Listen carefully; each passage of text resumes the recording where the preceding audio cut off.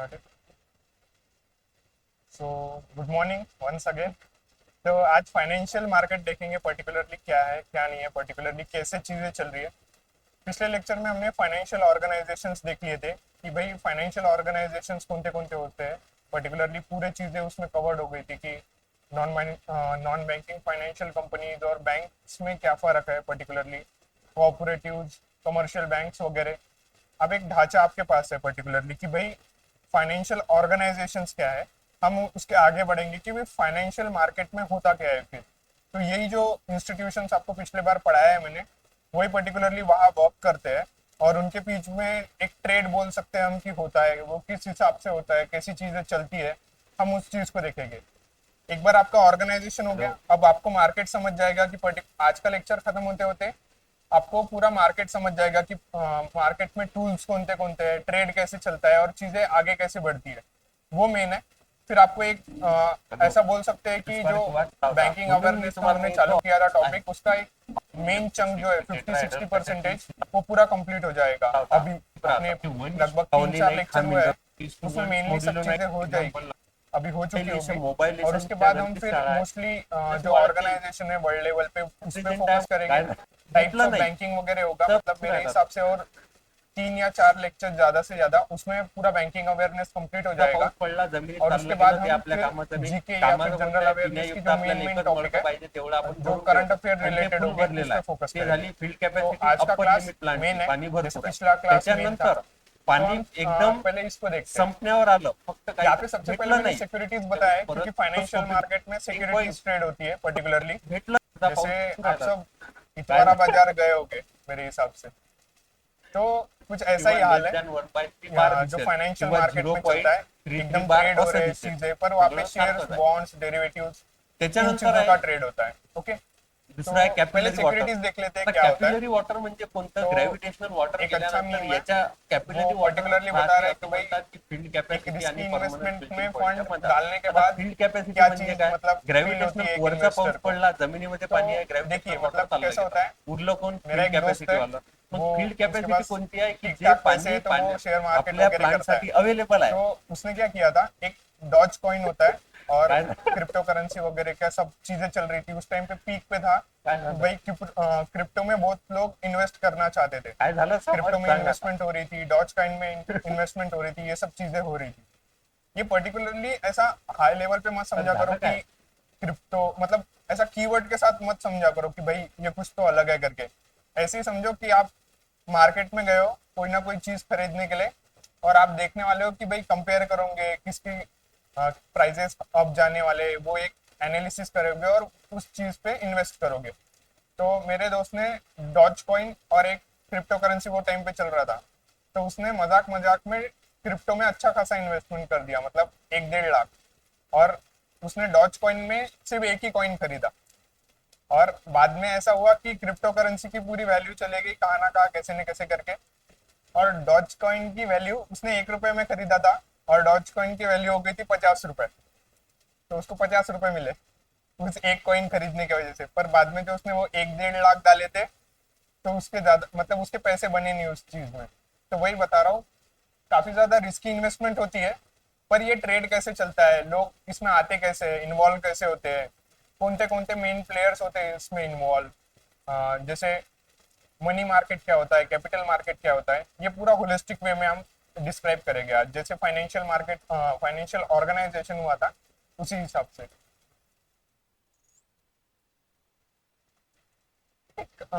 आपको एक क्या दिमाग में आता है सिक्योरिटीज मतलब, कुछ ना कुछ तो दिमाग में आता होगा आपके कि भाई सिक्योरिटीज मतलब ये चीज होती है करके। क्या आता है आपके दिमाग में सिक्योरिटीज, अगर मैं ऐसा बोल रहा हूँ, तो कुछ ना कुछ तो दिमाग में आपकी इमेज फॉर्म होती होगी सिक्योरिटीज रिलेटेड। तो क्या होता है, जब मैंने ये टर्म देखा था ना सिक्योरिटीज, तो मेरे दिमाग में ऐसा आ रहा था कि वो बॉलीवुड मूवीज में एकदम लाला का घर नहीं होता है क्या, कि भाई वहाँ पे पैसे लेने के लिए जाते हैं लोग, और फिर कुछ ना कुछ अपनी जमीन गिरवी रखते हैं, गोल्ड गिरवी रखते हैं, कुछ ना कुछ ऐसा। मेरे को ऐसा लगता था कि ये चीज है करके। पर ये नहीं है, ये थोड़ा अलग है। आपके क्या दिमाग में आ रहा था जब सिक्योरिटीज आपने नाम सुना था, तब क्या सिक्योरिटीज मतलब गवर्नमेंट बॉन्ड्स, हाँ ठीक है, एक पार्ट है उसका। और क्या क्या आ रहा था दिमाग में जब मैं आपको सिक्योरिटीज ऐसा नाम बोल रहा हूँ? कुछ ना कुछ तो दिमाग में क्लिक हो ही रहा होगा। जैसे एप्पल बोलने के बाद आपके दिमाग में एप्पल आता होगा, तो सिक्योरिटीज बोलने के बाद आपका दिमाग भागता है पूरा, ऐसा कि मैंने ये वर्ड कहाँ ना कहाँ सुना है क्या वगैरह, वो वाले सेंस में। तो कुछ पता है आपको? अच्छा ठीक है, छोड़ो। सिक्योरिटीज मतलब एक फाइनेंशियल इंस्ट्रूमेंट होते हैं, पर्टिकुलरली वो रिसिप्ट के फॉर्म में होते हैं, रिसिप्ट स्लिप्स वगैरह के फॉर्म में होते हैं। और वो पर्टिकुलरली इसका दो मकसद है। एक रिटर्न, मतलब वो फ्यूचर में रिटर्न कर सकते हैं हम, और वो ट्रेडेबल होते हैं। जैसे आपके पास, सबके पास पासबुक वगैरह होगी, आपका बैंक में खाता होगा, तो वो एक सिक्योरिटीज नहीं है, सिक्योरिटी नहीं है, सिक्योरिटीज नहीं है। वो इसलिए नहीं है क्योंकि आपकी पासबुक आप ऐसे ट्रेड नहीं कर सकते कि भाई ये मेरे पासबुक में इतने खाते में पैसे पड़े हैं, तो वो आप ट्रेड नहीं कर सकते हो। ओके, सिक्योरिटीज एक अलग चीज होती है।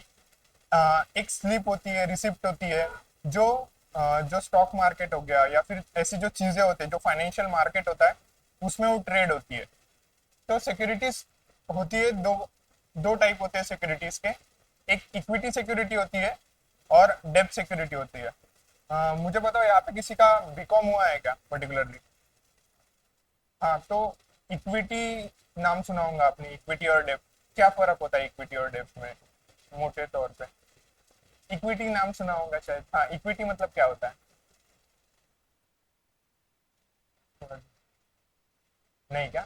हाँ देखिए, इक्विटी सिक्योरिटीज में और डेब्ट सिक्योरिटीज में एक बेसिक फर्क होता है। जो इक्विटी होता है ना, उसमें सपोज ये बिल्डिंग है, ओके, तो ये किसी ना किसी की बिल्डिंग होंगी, ओके, तो अब ये जो रेंट वगैरह जा रहा है, ओके, ये उसका अर्निंग है पर्टिकुलरली उस ओनर का, ठीक है। तो समझो ये अगर कंपनी होती थी, और उस कंपनी में अगर किसी की शेयर में इन्वेस्टमेंट है, शेयर्स में, और उसके वजह से उसे क्या बोल सकते हैं हम कि आ, उसे कैपिटल अर्न हो रहा है। मतलब सपोज करिए, इक्विटी और डेब्ट सिक्योरिटी में बेसिकली बस इतना फर्क है कि सपोज करिए आपने किसी को लोन दिया, ओके, तो आप उससे इंटरेस्ट लोगे कि भाई मेरे को एक महीने के बाद इतने पैसे दे देना वापस, या फिर प्रिंसिपल अमाउंट अलग हो गया और इंटरेस्ट अलग हो गया। मतलब मैंने मेरे दोस्त को अगर 100 रुपए दिए, सपोज करिए मैंने मेरे दोस्त को अगर 100 रुपए दिए, तो उसके ये प्रिंसिपल अमाउंट होता है, ओके। प्रिंसिपल अमाउंट पता है ना आपको क्या होता है पहले तो? ठीक है, ये प्रिंसिपल अमाउंट है, ओके।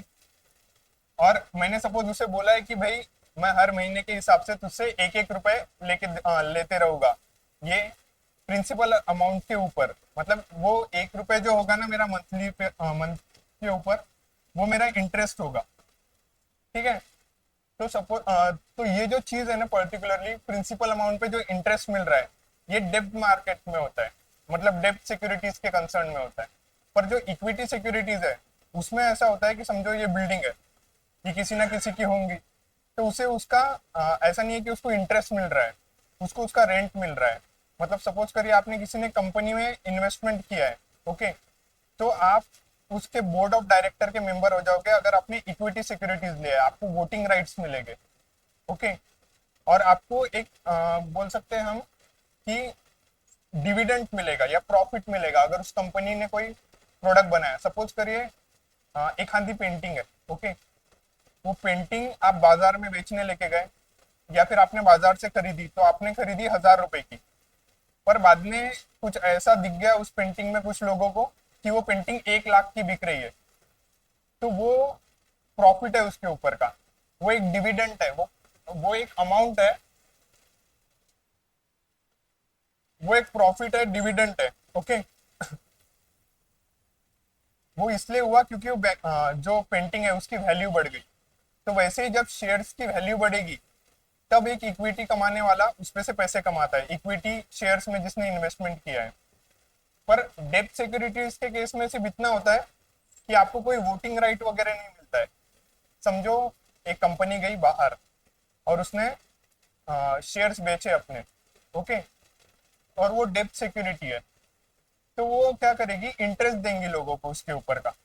मतलब एक जो उनसे लोन लोन की तरह होता है, एक अमाउंट जो उनसे बोरो की गई है, उन पे सिर्फ उसको इंटरेस्ट देना पड़ता है और थोड़े दिन बाद में उसने फिर वो प्रिंसिपल अमाउंट भी वापस कर देता है। तो मोटा मोटा ये फर्क है कि भाई जब आप इक्विटी में इन्वेस्टमेंट कर रहे हो तो उस कैप मतलब उस मार्केट उस कंपनी में आपकी हिस्सेदारी है, उस कंपनी का वोटिंग राइट है आपके पास, डिसीजंस लेने की क्षमता है आपके पास, ये सब चीजें है। पर जब डेब्ट सिक्योरिटीज में है तो ऐसा नहीं बोल सकते कि उस कंपनी में आपकी हिस्सेदारी है, क्योंकि आपको सिर्फ उसका एक इंटरेस्ट मिलेगा। ये सब चीजें मतलब एक ब्रॉडली आपको बता दूं, समझो मैंने टाटा के शेयर खरीदे तो मैं ऐसा नहीं बोल सकता कि वो मेरी कंपनी है करके, जब मैंने डेब्ट सिक्योरिटीज लिया है। पर अगर मैंने इक्विटी सिक्योरिटी लिया है और इक्विटी सिक्योरिटीज लेने की वजह से मैं ऐसा बोल सकता हूँ कि टाटा में मेरे इन्वेस्टमेंट है और मैं टाटा को मैं मेरी कंपनी मान सकता हूँ, ऐसा बोल सकता हूँ मैं, क्योंकि मेरा इक्विटी में उनके शेयर्स जो होते हैं उसमें मेरा इन्वेस्टमेंट। अब हम प्रिंसिपल मार्केट देखेंगे, फाइनेंशियल मार्केट देखेंगे पर्टिकुलरली क्या है।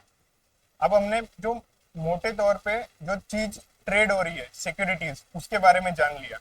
जैसे आप मतलब भाजी बाजार लेने जाओगे तो पहले आपको पता तो होना चाहिए कि भाजी बाजार में बिकता क्या है पर्टिकुलरली, मतलब कौन से प्रोडक्ट्स मिलते हैं।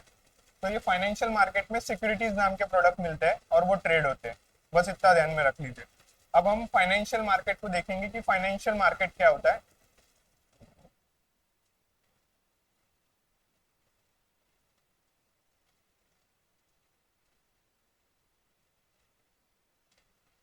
मुझको एक बात बताओ, अभी इलेक्शंस होने वाले हैं या फिर बहुत सारी चीजें समझो एक खाने के बीच में ट्रेड वॉर चल रही हो अभी, जो चल रही है उस हिसाब से, तो हम ऐसा सोचते हैं कि भाई उसका है ना स्टॉक मार्केट पे कुछ ना कुछ मतलब इम्पैक्ट होएगा।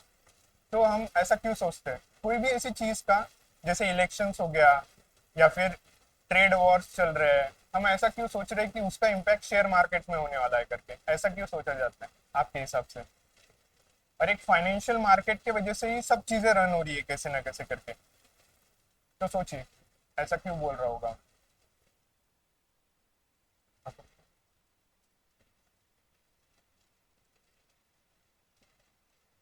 देखिए एक फाइनेंशियल मार्केट जो होता है ना,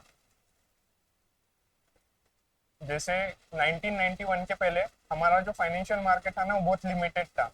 हम बहुत कम चीजें इंपोर्ट करते थे, बहुत कम चीजें हमारी एक्सपोर्ट भी होती थी।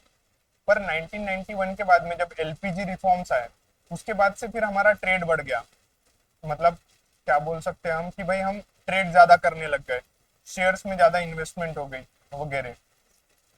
हाँ ये सब चीजें चलने लग गई थी एक पॉइंट के बाद में। एक ब्रॉड लेवल पे मैं बताऊं, मैं आपको एंगेज करने के लिए चीज बोल रहा हूँ। आपको क्या लगता है शेयर्स में लोग इन्वेस्टमेंट क्यों करते हैं? एक आधे कंपनी शेयर्स लाती है, ओके, तो वो क्यों लाती है आपको क्या लगता है? क्या चाहिए उसे शेयर्स? अगर वो मार्केट में ला रही है, सपोज मेरी कंपनी है या आपकी कंपनी है, आप मार्केट में शेयर्स क्यों लाओगे अपने बेचने के लिए? हाथ खड़े करके बताओ। प्रॉफिट के लिए नहीं, प्रॉफिट गलत है वर्ड। हाँ कैपिटल, हाँ मतलब उन्हें पैसे चाहिए कैसे न कैसे करके। पैसे किस लिए चाहिए होते हैं, कोई भी कंपनी को पैसे किस लिए चाहिए होते हैं? हाथ खड़े करके। हाँ बिजनेस एक्सपांड करने के लिए, एक नेचुरल चीज है, ओके। कोई भी कंपनी अगर मार्केट में उतर रही होगी तो उसे मेनली एक चीज चाहिए कि भाई मुझे मेरा ट्रेड बढ़ाना है और चीजें बढ़ानी है। तो एक मोटे तौर पे सोचो कि ये फाइनेंशियल मार्केट कितना बड़ा जुआ है। सपोज मैं देख रहा हूँ कि मेरी कंपनी है पर्टिकुलरली, मेरी कंपनी किस चीज की है कि भाई मेरे प्रोडक्ट बेस्ड कंपनी है, ओके। तो मैं मेरे प्रोडक्ट, मेरे को पता है कि भाई ये अभी इतना इतना बढ़ रहा है, मतलब पहले मेरे सिर्फ 10 प्रोडक्ट बिक रहे थे, ओके। बाद में मुझे पता चला कि अब मेरे 100 प्रोडक्ट बिक रहे हैं, ठीक है।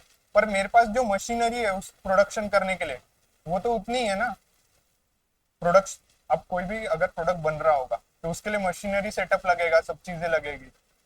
तो शेयर्स लाने के पीछे ये कारण होता है कि भाई मुझे पैसे आए मार्केट से, फिर मैं वो मेरे कंपनी में इन्वेस्ट करूं, मैं उसके लिए मशीनरीज बनाऊं, सब चीजें बनाऊं और उसकी वजह से फिर प्रोडक्शन बढ़ेगा।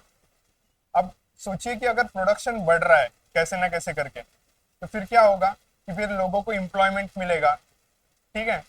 फिर एम्प्लॉयमेंट मिलने के बाद लोग और ज्यादा पैसे इन्वेस्ट करेंगे, मार्केट में तेजी आएगी, लिक्विडिटी बढ़ेगी, और ट्रेड का साइकिल घूमते रहेगा कैसे न कैसे करके, ठीक है। पर इसलिए ये फाइनेंशियल मार्केट इतना ज्यादा क्या बोल सकते हैं, उसके ऊपर उसकी खासियत है वैसी। जैसे आप जैसे आपने बहुत सुना होगा कि भाई मुझे मेरे घर के लिए सामान लेना है, ये सब चीजें लेना है। वैसे ही एक फाइनेंशियल मार्केट में जब चीजें घूमती है, एक पैसा आता है, शेयर्स इन्वेस्टमेंट होती है, बाकी लोग आते हैं स्टॉक्स में इन्वेस्ट करते हैं, बॉन्ड्स में इन्वेस्ट करते हैं, तो फिर तेजी दिखने को मिलती है हमें। बिल्डिंग्स, रास्ते वगैरह ये सब चीजें जो चल रही है ना, वो फाइनेंशियल मार्केट से बहुत ज्यादा कनेक्टेड है। जो एकदम रूरल एरियाज है वहां पे रास्ते शायद बने ना बने, पर मतलब एक जो ये होता है, एक आंधी कंपनी है जिसपे जैसे आपको पता है गुजरात में जो रिलायंस का प्लांट है, वो एशिया का सबसे बड़ा प्लांट है पेट्रोलियम का। मतलब वहाँ पे पेट्रोलियम प्रोडक्ट्स वगैरह बनते हैं, तो वहाँ पे के रास्ते बहुत अच्छे बने होंगे, वहाँ पे बहुत लोग एम्प्लॉयमेंट के लिए जाएंगे, तो ये सब चीजें। तो जब फाइनेंशियल मार्केट पढ़ रहे हो तो ऐसे थ्रेड लगाओ कि ये चीजें कहाँ इंपॉर्टेंट है, ओके। तो फाइनेंशियल मार्केट में क्या होता है, इज अ मार्केट, एक तो मार्केट प्लेस है that brings buyers and sellers. आखिरी में मार्केट में कौन आते हैं, बायर आते हैं और सेलर आते हैं। वो फाइनेंशियल सिक्योरिटीज में इन्वेस्ट करते हैं, और वो फाइनेंशियल सिक्योरिटीज को हम क्या क्या नाम से बोलते हैं, स्टॉक्स होता है, बॉन्ड्स होता है, डेरिवेटिव्स होता है, करेंसी होता है, ओके। अब हम फाइनेंशियल अंडरस्टैंडिंग फाइनेंशियल मार्केट, एक बार फाइनेंशियल मार्केट को समझते हैं कि पर्टिकुलरली फाइनेंशियल मार्केट होता क्या है। फाइनेंशियल मार्केट एक प्लेटफॉर्म है जहाँ पे सिक्योरिटीज ट्रेड होती है, और डिफरेंट टाइप्स ऑफ सिक्योरिटीज, जैसे मैंने आपको बताया अभी, स्टॉक्स, बॉन्ड्स, डेरिवेटिव्स वगैरह। तो ये इसमें फॉरेक्स भी ट्रेड होता है, बॉन्ड मार्केट, स्टॉक मार्केट वगैरह, ये सब चीजें होती है। और ये कहाँ पे होती है, ये एक तो लिस्ट किया जाएगा सिक्योरिटी, मतलब स्टॉक मार्केट के अंदर एक लिस्ट बनेगी, मतलब लिस्ट किया जाता है कि भाई ये प्रोडक्ट बेचना है वगैरह, ये शेयर बेचना है। या फिर ओवर द काउंटर, जैसे आप दुकानों में जाते हो तो एक काउंटर होता है, वहां पे आप बिलिंग वगैरह करते हो। तो एक मोटे हिसाब से वही चीज है, सिर्फ आपको आगे पता चलेगा कि ओवर द काउंटर के वो साइड में कौन बेचता है, कौन आदमी हमें बेचने वाला है वो प्रोडक्ट वगैरह। और इकोनॉमिक ग्रोथ जो होती है ना एक कंट्री की, फाइनेंशियल मार्केट पे ही डिपेंडेंट होती है। अगर फाइनेंशियल मार्केट हम बोलते हैं कि भाई क्रैश हो गया, तो फिर सब चीजें एक पॉइंट पे क्रैश होना चालू हो जाती है। मतलब ये फाइनेंशियल मार्केट का इतना खतरनाक नतीजा होता है कि आप बैंक में पैसे रखना बंद कर दोगे अगर फाइनेंशियल मार्केट क्रैश हो जाएगा तो। क्योंकि आपके जो पैसे हैं एट दी एंड, वो कोई ना कोई लोन के हिसाब से लेगा, और वो लोन के हिसाब से लेगा तभी फिर बैंक को उसका फायदा होगा। अगर लोन लेने को तैयार ही नहीं है बैंक की तरफ से, तो एक बैंक अपना सेटअप चला ही नहीं सकती है। तो इसलिए फाइनेंशियल मार्केट बहुत ज्यादा इंपॉर्टेंट होता है।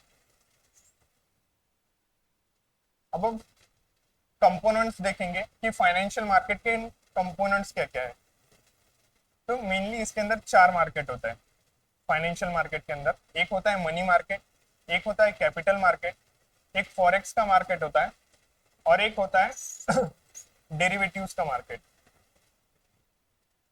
मुझे पता है एकदम कीवर्ड सुनने के बाद ऐसा लगता है कि ये सब नए कीवर्ड्स है आपके लिए, पर बी विथ मी, हम धीरे धीरे हर एक चीज को समझेंगे कि मनी मार्केट क्या होता है। आपको क्या लगता है मनी मार्केट, मैंने आपको पहले ही बताया कि जो इंग्लिश वर्ड्स होते हैं उसको थोड़ा सा डीकंस्ट्रक्ट करके देखा करो कि उसको बनने के पीछे क्या कारण हो सकता है। मनी मार्केट है मतलब मनी रिलेटेड कुछ ना कुछ होगा, और ज्यादा लिक्विडिटी है उसमें। बस ब्रॉड लेवल पे अभी इतना ध्यान में रखिए कि भाई ये ऐसे इंस्ट्रूमेंट्स होते हैं कि जिसमें लेस देन 1 ईयर पीरियड के जो शेयर्स और बॉन्ड्स होते हैं वो ट्रेड होते हैं पर्टिकुलरली, इतना बात ध्यान में रखिए। और जो कैपिटल मार्केट होता है उसके अंदर मोर देन 1 ईयर के शेयर्स या फिर जो भी लॉन्ग टर्म फाइनेंशियल इंस्ट्रूमेंट्स होते हैं वो ट्रेड होते हैं कैपिटल मार्केट के अंदर। फॉरेन एक्सचेंज मार्केट, अब जैसे ये फाइनेंशियल मार्केट का पार्ट है, बाहर से पैसे आएंगे अपने इधर, तो बाहर से पैसे आएंगे तो डायरेक्ट तो इन्वेस्टमेंट कर नहीं पाएंगे क्योंकि वो डॉलर के इसमें आएंगे वगैरह सब चीजें, तो उसके लिए भी एक मार्केट लगेगा।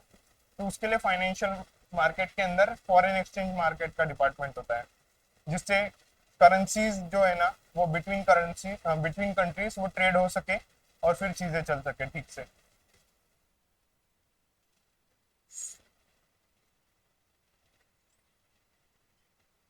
अब एक डेरिवेटिव्स मार्केट होता है, उसके अंदर भी मोस्टली कंपनीज ट्रेड करती है, मतलब टू पार्टीज होती है, उनके बीच में कॉन्ट्रैक्ट वगैरह होता है और उनके बीच में वो ट्रेड होता है।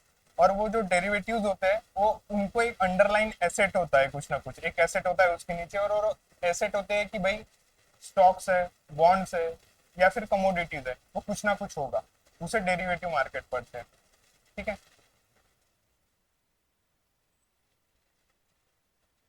अब हम एक नेक्स्ट चीज देखेंगे कि भाई इंस्ट्रूमेंट्स कौन से हैं जो ट्रेड होते हैं इन द फाइनेंशियल मार्केट। जैसे मैंने आपको बताया था कि भाई शेयर्स हो रहा, बॉन्ड्स हो रहे हैं, म्यूचुअल फंड्स हो रहे हैं, ये सब चीजें। जब शेयर्स ट्रांजैक्ट होते हैं ना, तो वो मोर और लेस इस हिसाब से होते हैं कि भाई वो एक ओनरशिप दर्शाते हैं एक कंपनी के अंदर। बाद में फिर in a company they are traded on stock exchange and can be provide investor with capital gains और डिविडेंड। जैसे मैंने आपको पहले बताया कि शेयर्स ट्रांसफर हो रहा है लोगों के बीच में।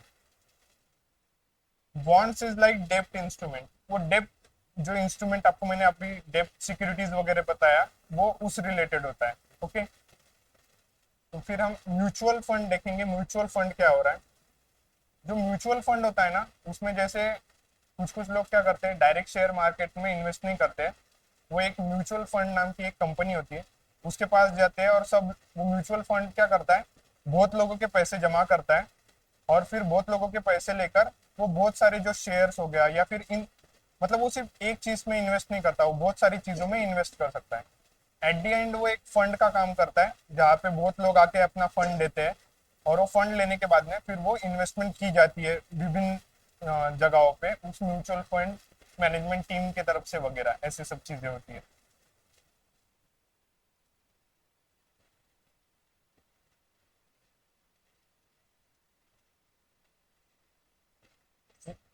ये डेरिवेटिव्स के बारे में आपको बताया मैंने कि डेरिवेटिव्स क्या होता है। ऊपर के इसमें है कि डेरिवेटिव्स एक फाइनेंशियल इंस्ट्रूमेंट है, उसकी वैल्यू जो है वो स्टॉक बॉन्ड्स उसी पे डिपेंडेंट होती है और वो बिटवीन द प्लेयर्स होती है, वो चीज़ है बिटवीन द कॉन्ट्रैक्टिंग पार्टी। अब मुझे बताइए, अभी ये बहुत ज़्यादा टेक्निकल स्टफ है, मैं इसको इंटरेस्टिंग बनाने के लिए कुछ चीज़ें ऐसा कर सकता हूँ कि मैं आपको बताऊँ, इसके एग्जाम्पल्स वगैरह दूंगा कि भाई पर्टिकुलरली फाइनेंशियल मार्केट में जो मनी मार्केट होता है या फिर कैपिटल मार्केट होता है वो चीज़ें कैसे चल रही है वगैरह। जैसे मैंने स्टार्टिंग में आपको बताया कि मनी मार्केट में क्या हो रहा है या फिर कैपिटल मार्केट में क्या हो रहा है। पर इसको और करने के लिए ये टेक्निकल स्टफ है, मैं कितना भी चाहूँ इसको तो एक क्या बोल सकते हैं, डायरेक्ट जैसे फाइनेंशियल ऑर्गेनाइजेशन पढ़ाया था वैसे नहीं जाने वाली है चीज़। तो थोड़ा सा इसे टेक्निकल है, बोरिंग मत लगने देना है चीज़ों पे, क्योंकि मैं भी उसके लिए ज़्यादा कुछ नहीं कर पाऊंगा। वैसे मैं आपको बता दूं कि आपका जो मेमोरी बेस्ड पेपर है, मैंने देखे क्वेश्चंस वगैरह, तो वहाँ पे ऐसा इतना डेप्थ पे इस पे क्वेश्चंस नहीं आ रहे, पर्टिकुलरली फाइनेंशियल मार्केट के ऊपर कि भाई बहुत ऐसा टर्म्स कंडीशंस वगैरह पूछी जाए, एक ब्रॉड लेवल पे चीज़ें चल रही है वहाँ पे। पर जो इसके ऊपर जो करंट इवेंट्स वगैरह चलते रहते हैं वो काफ़ी ज़्यादा इंपॉर्टेंट होते हैं। जैसे कि भाई पर्टिकुलरली ऐसा बोल सकते हैं कि ये बैंक ने उनका इंटरेस्ट रेट इतना कम कर दिया, उससे क्या फिर इफेक्ट होगा, वो वाले सेटअप की चीज़ें चलती है। तो ये ऐसा उतना ज़्यादा सीधा नहीं है कार्यक्रम, मतलब ये आपको टेक्निकल लग रहा होगा मे बी, तो इसका ब्रॉड एक फ्रेमवर्क जान लीजिए, वही आपके लिए इम्पोर्टेंट है, इसका इतना डेप्थ में जाने की जरूरत नहीं। जैसे मैंने आपको मनी मार्केट बताया, मनी मार्केट जो होता है ना वो सिर्फ एक शॉर्ट टर्म फाइनेंशियल इंस्ट्रूमेंट होता है। शॉर्ट टर्म में जो फाइनेंशियल इंस्ट्रूमेंट होते हैं उसमें debt are close substitute of money. जैसे मनी मार्केट मैंने आपको बताया कि एक मनी रिलेटेड टर्म है कुछ ना कुछ। ओके। तो उसके अंदर क्लोज सब्सटीट्यूट जो होते हैं ना मनी के, वो ट्रेड होते हैं लोगों के बीच में। ओके। अब मनी मार्केट के कुछ ना कुछ टूल्स हो गए। जैसे मेरे को एक बात बताओ, यहाँ पे जूनियर जी कौन देखता था? जूनियर जी शक्तिमान वगैरह देखा होगा ना? कि आप सबके सब एकदम 2000 के आगे के लोग हो सब, मैं ये एकदम बूढ़ा आदमी हूँ यहाँ पे। देखा होगा ना? तो फिर उसके पास बहुत सारी पावर्स थी ना? तो वो आपने कौन से कार्टून देखे हैं मेरे को वो बताओ, क्योंकि मेरे को पता है मैं अभी कितना भी टेक्निकल स्टफ पढ़ा रहा हूँ नहीं जा रहा है तुम्हारे दिमाग में।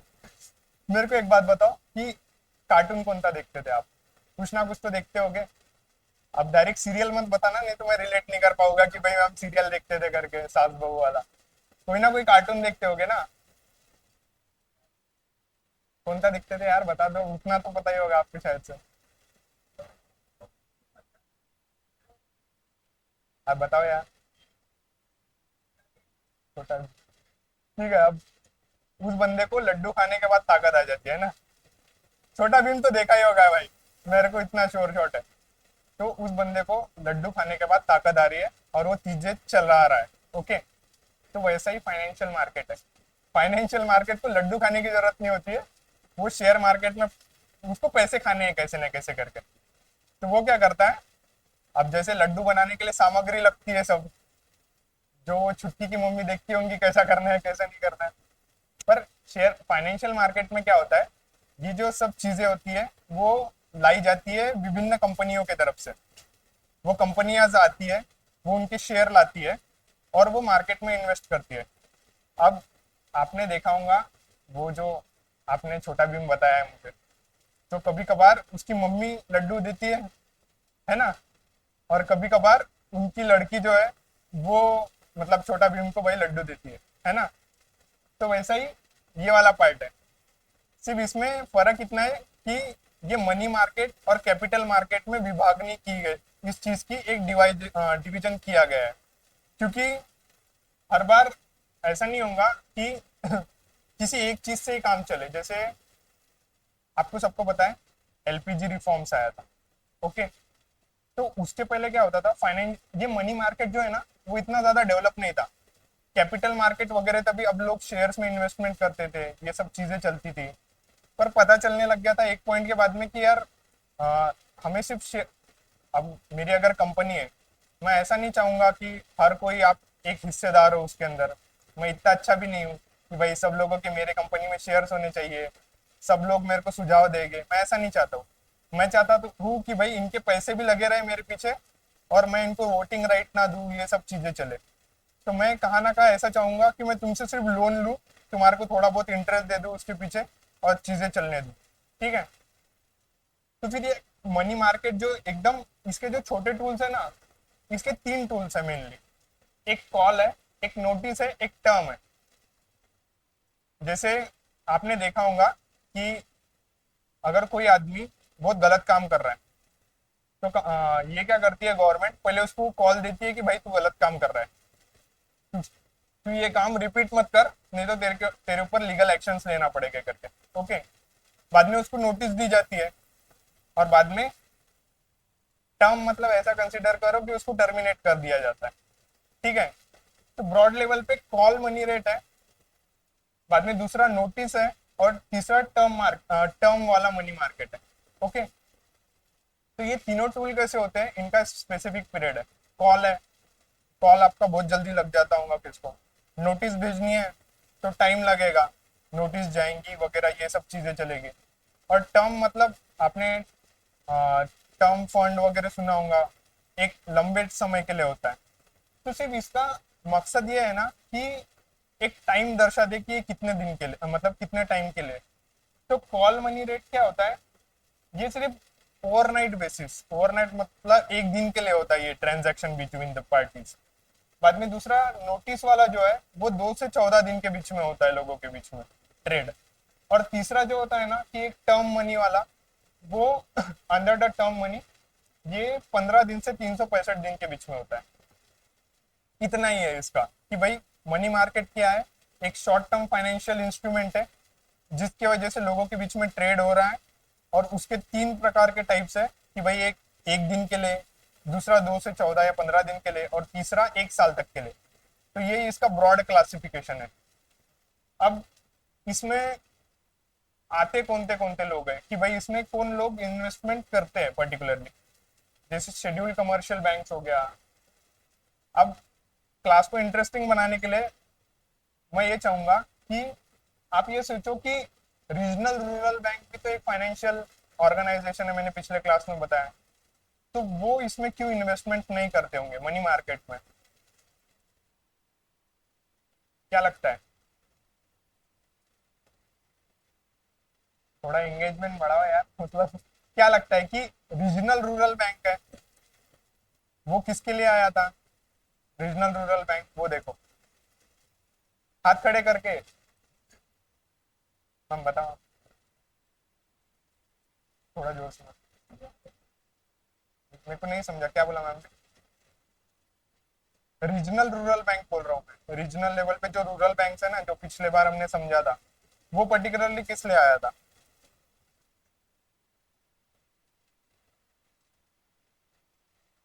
हाथ खड़े करो ना, अभी तो मतलब बोल रहे थे। हाँ बोलिए मैम। हाँ, रूरल एरियाज के लिए आया था। तो अभी जैसे हमने हेरा फेरी मूवी देखी है, उसमें होता था 25 दिन में, 21 दिन में पैसा डबल। ओके, तो ये मनी मार्केट का भी वही हिसाब है। इसमें है ना बहुत ज्यादा लिक्विडिटी खेलती है। आपने अभी स्कैम 1992 पिक्चर आया, सीरीज आई थी, किसने किसने देखी थी?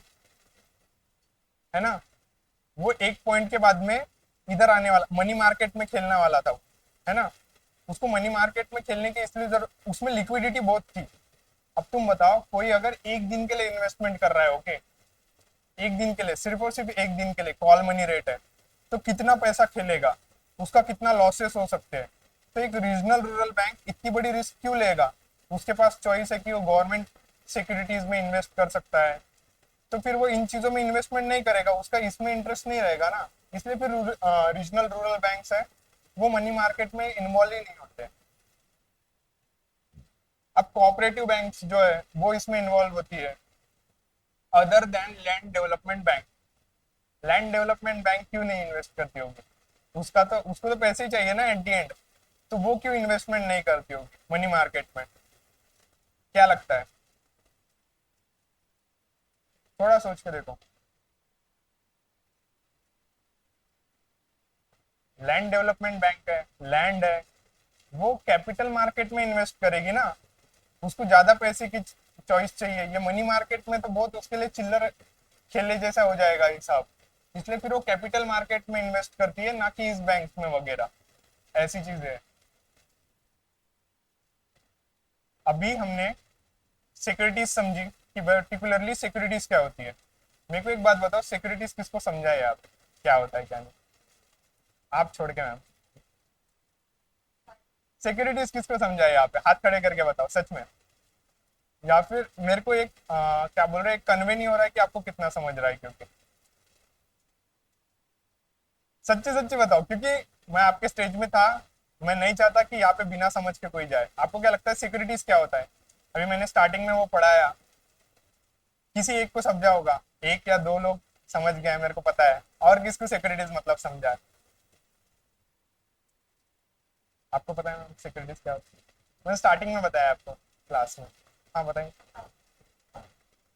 हाँ, फाइनेंशियल इंस्ट्रूमेंट है बोल सकते हैं। और मतलब सिक्योरिटीज में मैंने आपको दो टाइप्स बताए, एक इक्विटी सिक्योरिटीज बताया और डेब्ट सिक्योरिटी बताया। कुछ लोग ऐसे मुंडी हिला रहे हैं कि अरे यूरे का मूवमेंट है उनके लिए वो, कि हाँ मेरे को याद आ गया। तो मैं वही बोल रहा हूँ, ये क्लासेस बोरिंग ही हो गए, क्योंकि फाइनेंशियल ऑर्गेनाइजेशन के लिए, जैसे मैं आपको एक क्लासिफिकेशन बताऊं। पहले मैं छोटा था, मतलब सभी होते हैं, तो उसमें ऐसा था कि मेरे को ऐसा मम्मी बम बताती थी कि सत्संग सुनाकर ये होता है वो होता है, कभी कभार लेके भी जाती थी मम्मी भक्ति वगैरह के लिए, कि तेरे को अभी नहीं समझ रहा इसका इंपॉर्टेंस कितना है, ये वो सब चीजें बताती थी। पर ये जो सब चीजें है ना, वो दिमाग के अंदर की है। ऐसा कोई इंस्ट्रूमेंट नहीं है ना मेरे पास में कि भाई मेरे को एकदम किसी चीज की ऐसी दिखाई नहीं दे रही थी कि भाई पेशेंस क्या होता है, सेटिस्फेक्शन क्या होता है, ये सब चीजें दिखाई नहीं दे रही थी। फिर मैं हुआ 4 बार यूपीएससी में फेल।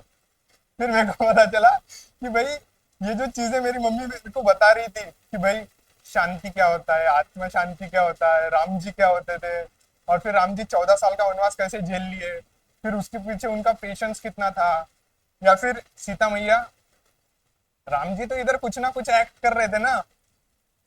मैं आपको बता रहा हूँ, जब आपके ऊपर प्रेशर आएगा ना, और आप जैसे एक स्टोरी है मेरे पास में, एक बंदर होता है, एक जंगल है, ओके, वहां पे है ना बहुत सारे ऐसे at the and wild life creatures हैं। तो शेर को ऐसा बोल, लोग कैसे हो जाता कि एक पॉइंट पे सब लोग जमा होते और फिर बोलते कि हम शेर को अपना राजा नहीं मानते, हमारे को किसी और को बनाना है बोले राजा।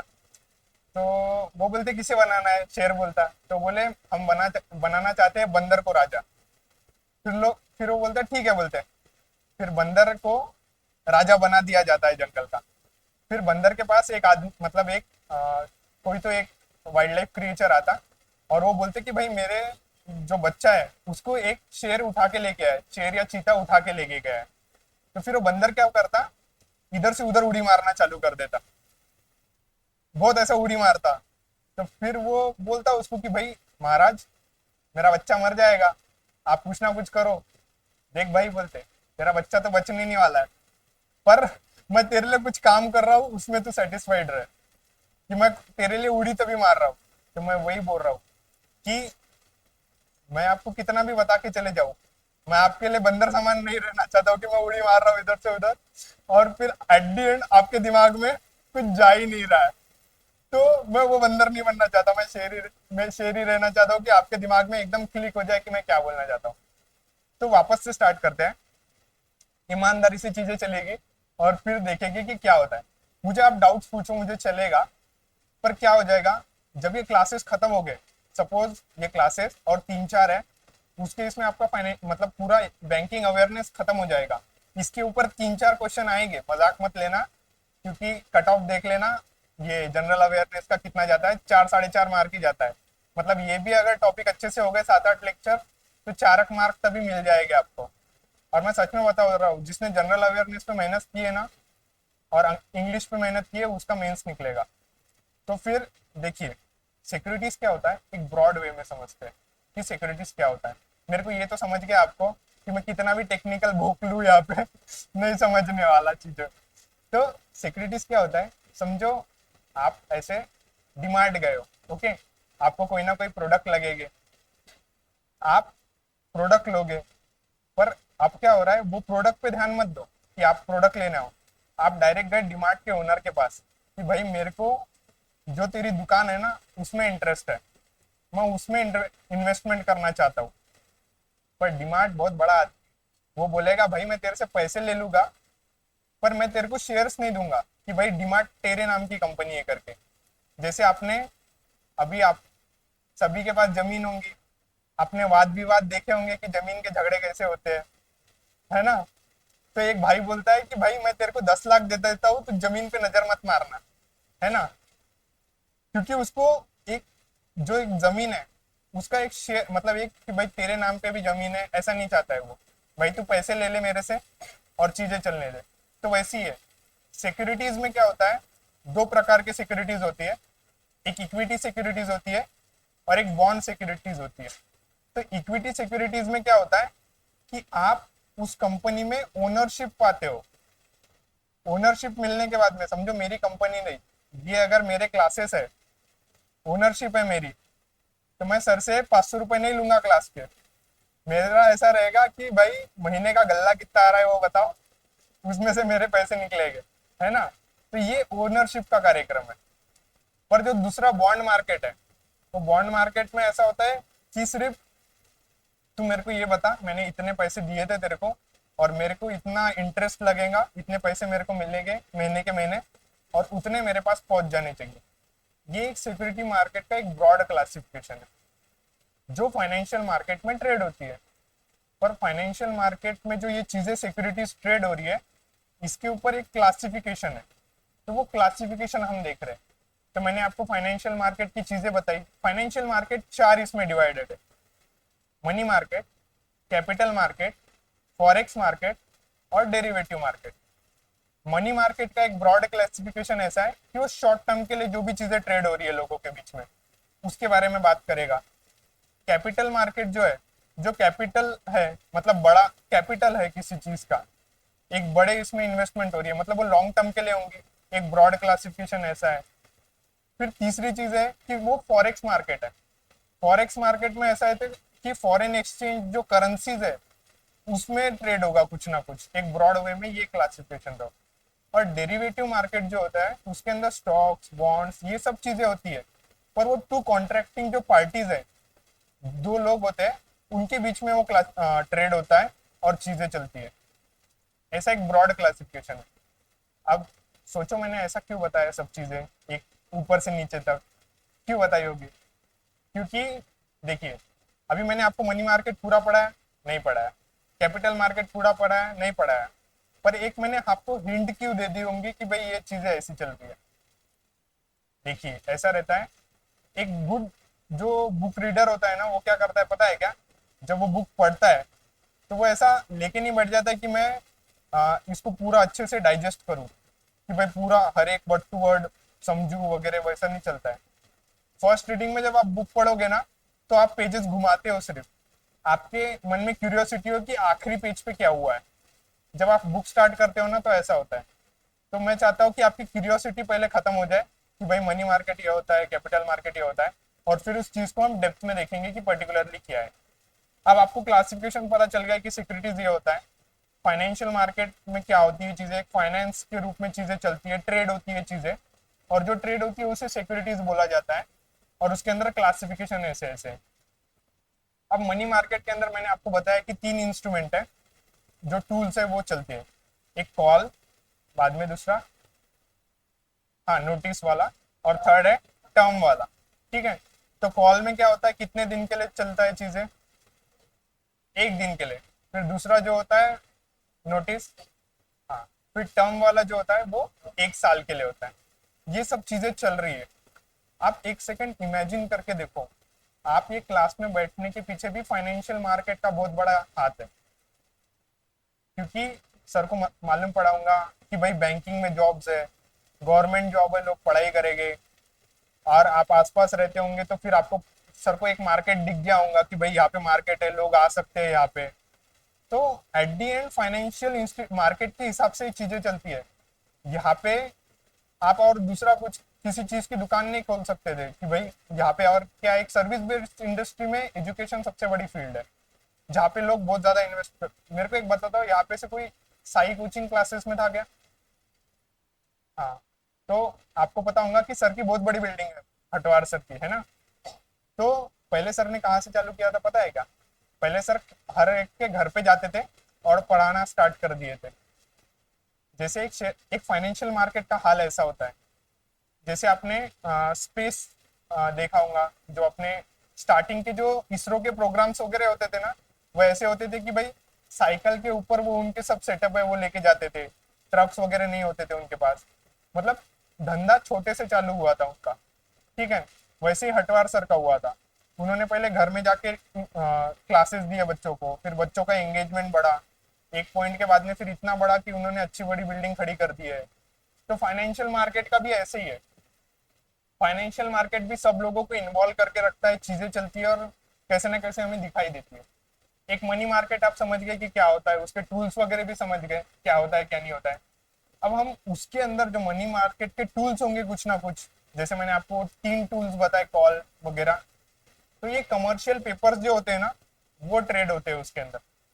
तो कमर्शियल पेपर हम देख समझते हैं कि कमर्शियल पेपर होता क्या है। कमर्शियल पेपर जो होता है ना, वो अनसिक्योर्ड मनी होता है, मनी मार्केट होता है, अनसिक्योर्ड होता है। उसके ऊपर कोई सिक्योरिटी नहीं रखी जाती है कि भाई ये इसके ऊपर एक सिक्योरिटी है। जैसे आप किसी बैंक से लोन लेने जाओगे ना, तो ऐसा भी होता है बहुत सारे बैंक्स में कि आपको अपनी जो कोई ना कोई एक पीछे एसेट होती है वो दिखाना पड़ती है कि भाई मैं मेरा घर गहान रखता हूँ और मेरे को मेरे कंपनी चलाने के लिए पैसे चाहिए थे करके। पर कमर्शियल मार्केट में वैसा कुछ चीज नहीं होती है, वो अनसिक्योर्ड होता है, मतलब पैसे डूब गए तो डूब गए, किसी को कुछ पैसे नहीं मिलने वाले एट दी एंड।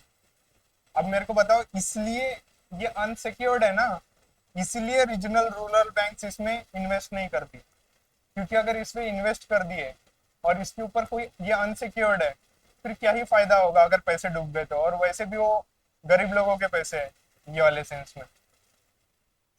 तो कमर्शियल पेपर लगभग इसी हिसाब से दिखता है, एक पेज होता है, उसके ऊपर एक अमाउंट वगैरह दी होती है, टर्म्स एंड कंडीशन बताई गई होती है, ये सब चीजें होती है, और एक प्रोमिसरी नोट होता है।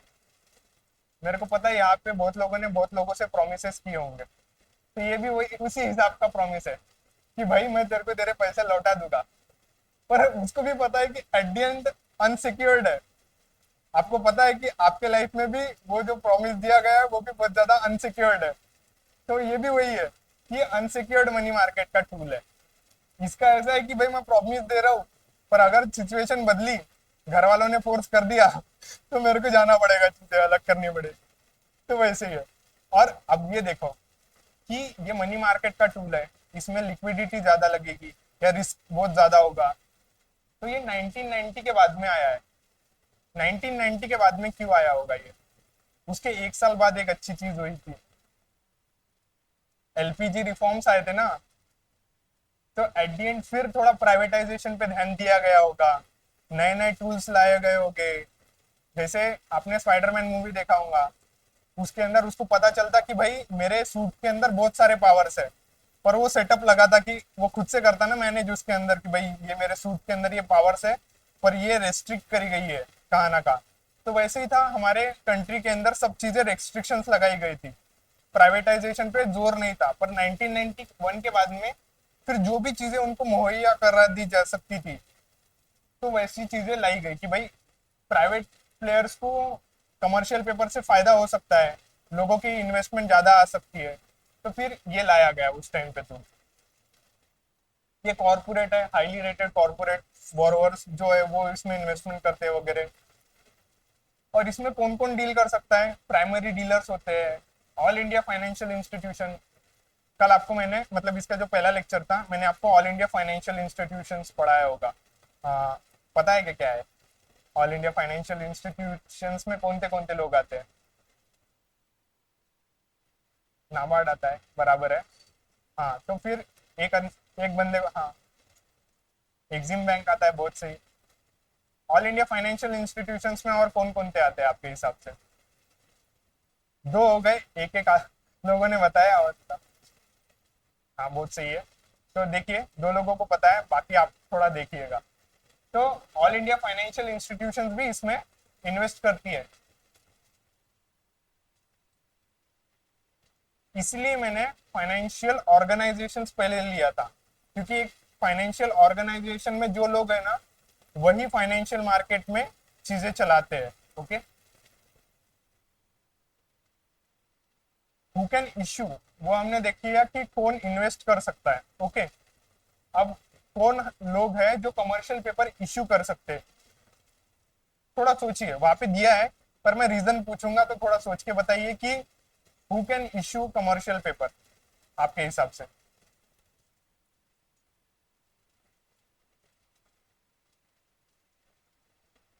करिए, हाथ खड़े करिए, किसी को पता होगा तो।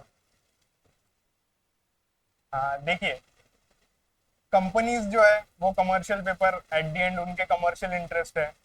प्राइमरी डीलर्स जो होते हैं, जो हमने पिछले क्लास में पढ़ा था कि प्राइमरी डीलर्स किसे किसे बोला जाता है, वो कमर्शियल पेपर इश्यू करते हैं। जैसे बैंक्स भी उसका एक पार्ट होती है। बाद में फाइनेंशियल इंस्टीट्यूशंस, जो मैंने आपको पहले ही बताया कि ऑल इंडिया फाइनेंशियल इंस्टीट्यूशंस, वो वगैरह भी इस चीज में पार्ट लेते हैं।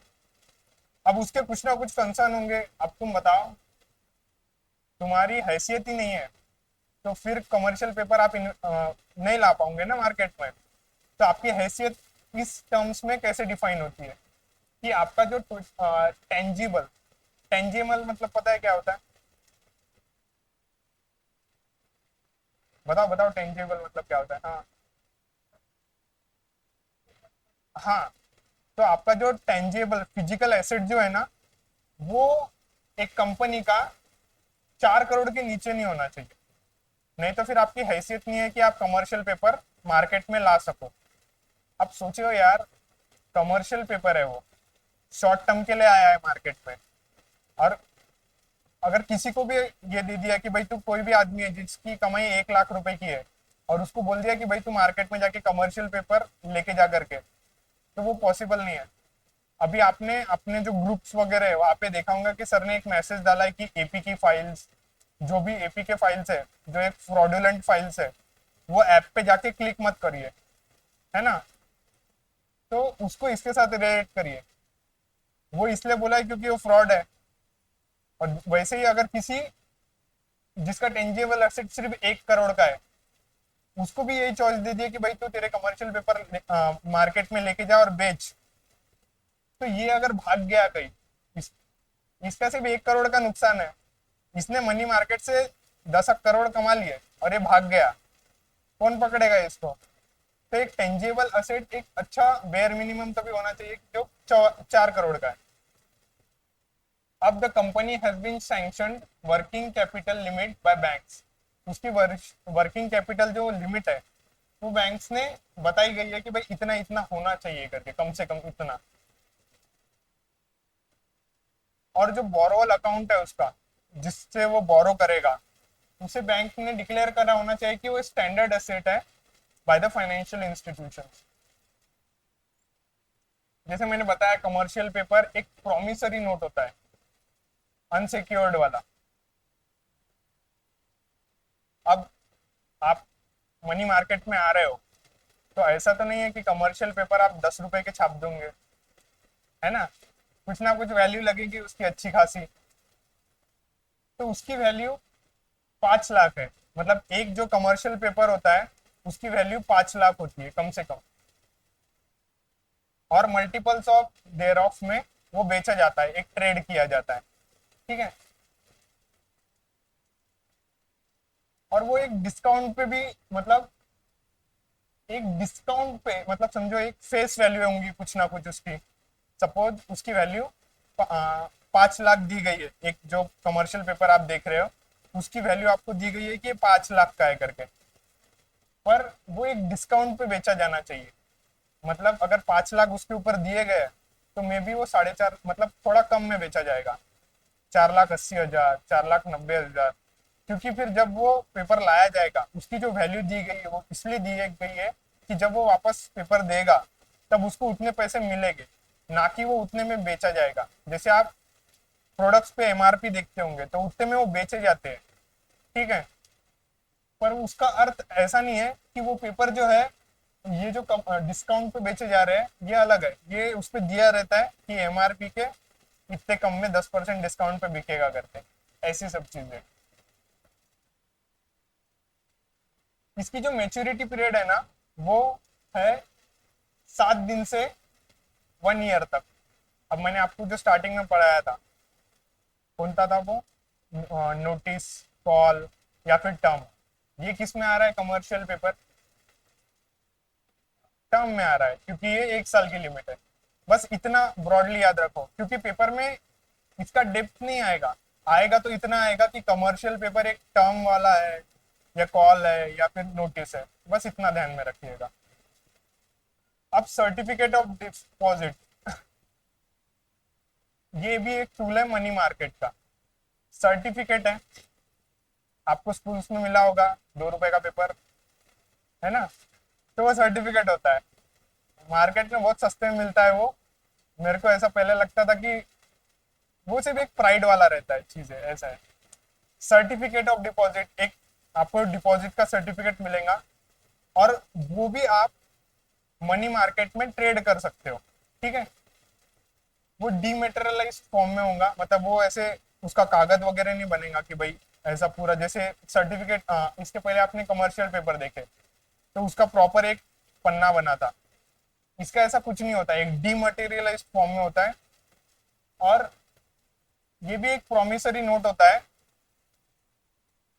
और ये किस पे होता है? Against funds deposited at a bank और other eligible financial institution for a specified time period.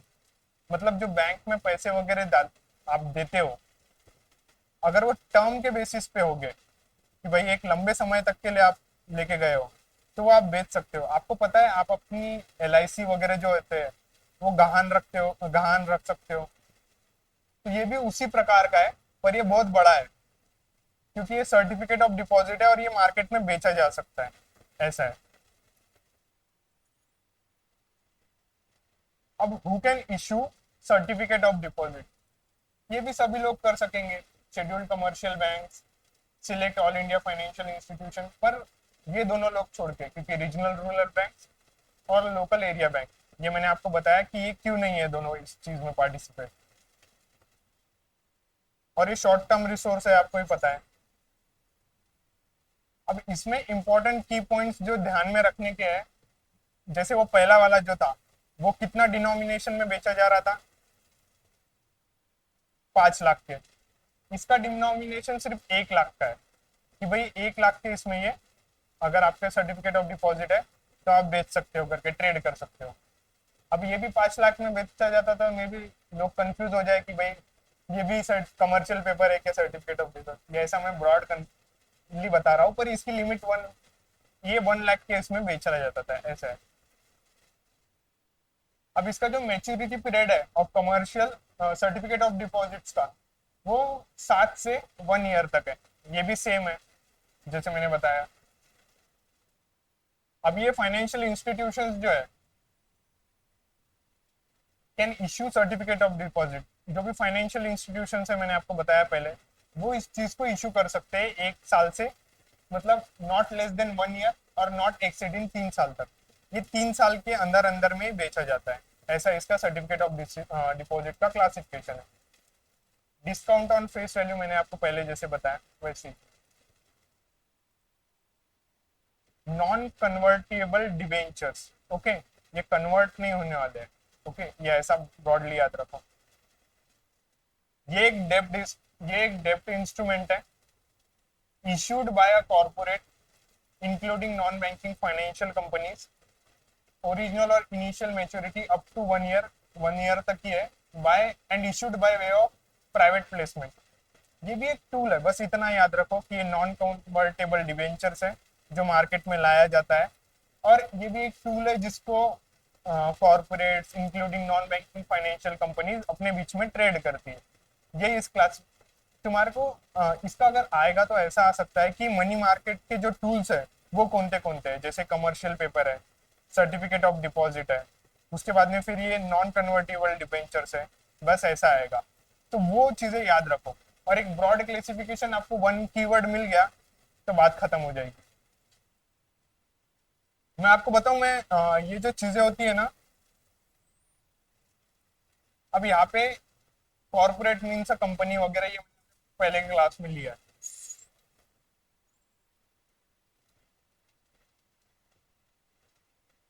अब इसका भी जो क्लासिफिकेशन है वो मोर और लेस वो आपका जो पहला था कमर्शियल पेपर वाला, उसी हिसाब से कि भाई ये नेटवर्थ जो है वो 4 करोड़ के मतलब नीचे नहीं होनी चाहिए, अगर इशू कर रहा है कोई financial institution. The corporate has been sanctioned working capital limit और term loan by banks all. ये भी एक ब्रॉड क्लासिफिकेशन है, इतनी कोई जरूरत नहीं है इसके डिनोमिनेशन। ये भी 5 लाख के डिनोमिनेशन में इशू किया जाता है, यही क्लासिफिकेशन है। अब मेरे को ये पता है कि ये वाले जो कंसेप्ट है ना वो बहुत ज्यादा टेक्निकल तो नहीं बोलते आएंगे, पर इसमें कुछ कुछ फैक्ट्स है, ओके। तो मैं जब नोट्स बनाऊंगा ना इसके, मैं अगर IBPS PO के लिए प्रिपेयर कर रहा हूँ या फिर कोई भी ऐसे SBI PO वगैरह जिसमें ये टॉपिक इंपॉर्टेंट है, तो मैं कैसे क्लासिफिकेशन करूंगा, मैं 1-2 बार ये नोट्स पढ़ लूंगा, मेरे को पता रहेगा कि इसमें से क्या क्या इंपॉर्टेंट है, मैं वो एक एक लाइन अंडरलाइन कर लूंगा, चीज है। फिर वो 1-2 बार पढ़ने का, अब ये 17 पेज का डॉक्यूमेंट है, मेरे को पता है मेरे को डबल हाथ नहीं लगाना है इसको, मतलब बार बार हर माइन्यूट चीज पढ़ू उतनी कोई जरूरत नहीं है। जैसे मैं आपको सिक्योरिटी पूछूंगा अभी, तो आपको पता है कि इक्विटी और दूसरा डेब्ट सिक्योरिटीज होगा, इक्विटी के अंदर कि भाई वोटिंग राइट्स मिल जाएंगे वगैरह वगैरह। तो अभी मेरे पास इतने इसमें ये पूरा कंप्लीट हो जाएगा, है ना। तो विद इन वन एक सामने का पेज और पीछे का पेज मिला के इसकी नोट्स कंप्लीट हो सकती है। क्योंकि अब मेरे को एक पता है ना, जैसे मेरे को अब मैं आपको अगर कमर्शियल पेपर पूछूं तो आपके दिमाग में क्या क्या आ रहा है अभी, 5 लाख तक का है, प्रोमिसरी नोट है, अनसिक्योर्ड है ना, 4 करोड़ के नीचे की वैल्यूएशन नहीं होनी चाहिए किसी कंपनी की अगर वो कमर्शियल पेपर इश्यू कर रहा है तो वैसा करिएगा इसको, क्योंकि ये बार बार इसको पढ़ के फायदा नहीं होगा और जान पे भी आता है ये। अब ये जो डिबेंचर्स है वो लेस देन 90 डेज के लिए इशू किए जाते हैं फ्रॉम डेट ऑफ इशू, ये भी आपको पता चल गया। इसकी जो डिनोमिनेशन है वो 1 लाख है, मतलब 5 lakh and in multiples of 1 lakh, मतलब 5 लाख के इसमें तो ये हो जाएगा, पर ये in multiples of rupees 1 lakh होनी चाहिए, ऐसा है। हाँ, तो ये कंसेप्ट कंप्लीट हुआ है। मेरे को भी पता है ये मेरे को भी बोर जाते हैं, पर एक ब्रॉडली याद रखो कि मैंने थोड़ा आपका टाइम और कम करने के लिए ये चीज अड्डा में से ही उठाई है। तो इसका है कि ये कॉल मनी जो है वो ओवरनाइट बेसिस का है, ये 2 से 14, टर्म वाला 15 से 1 साल। ये मैंने क्लासिफिकेशन आपको ब्रॉडली करके दिया है, बस इतना याद रख लेगा। क्रेडिट रेटिंग एजेंसीज, मैंने आपको पिछले क्लास में बताया था कि क्रेडिट रेटिंग एजेंसीज पर्टिकुलरली होती क्या है। वो क्रेडिट को रेट करती है किसी कंपनी, मतलब जो भी आदमी कंज्यूमर्स आने वाला है लोन लेने के लिए, उसके क्रेडिट को ये रेट करते हैं और उस हिसाब से फिर आ, उस हिसाब से ये चीजें चलती है। मतलब ये क्रेडिट रेटिंग जो एजेंसीज है ना, ये शेयर्स वगैरह के इसमें आती है, इसलिए इसे सेबी रेगुलेट करता है, इसे आरबीआई रेगुलेट नहीं करता है। ये चीज मेन है, इस पे ध्यान दीजिएगा।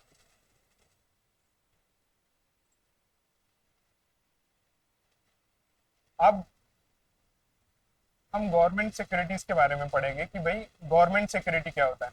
अभी तक हमने मनी मार्केट के सिक्योरिटीज पूरे देख लिए है।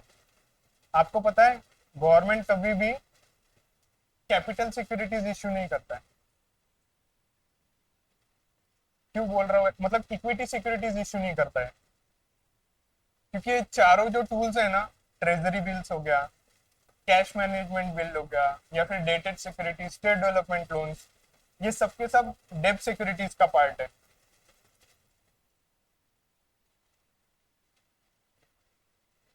गवर्नमेंट सिक्योरिटीज है, ओके। तो इसे कौन इश्यू करेगा, सेंट्रल गवर्नमेंट या स्टेट गवर्नमेंट। पर इसमें एक क्लिक है, स्टेट गवर्नमेंट जो होती है ना, वो ट्रेजरी बिल्स इश्यू नहीं कर पाती है।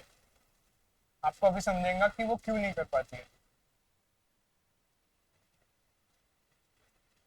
इट एक्नॉलेज द गवर्नमेंट डेब्ट ऑब्लिगेशन, कि भाई जितने गवर्नमेंट सिक्योरिटीज जाएंगे उतना गवर्नमेंट के ऊपर ऑब्लिगेशन आएगा कि भाई उन्हें ये वापस करना है। तो वो डेब्ट ऑब्लिगेशन है, इक्विटी ऑब्लिगेशन नहीं है उनके ऊपर।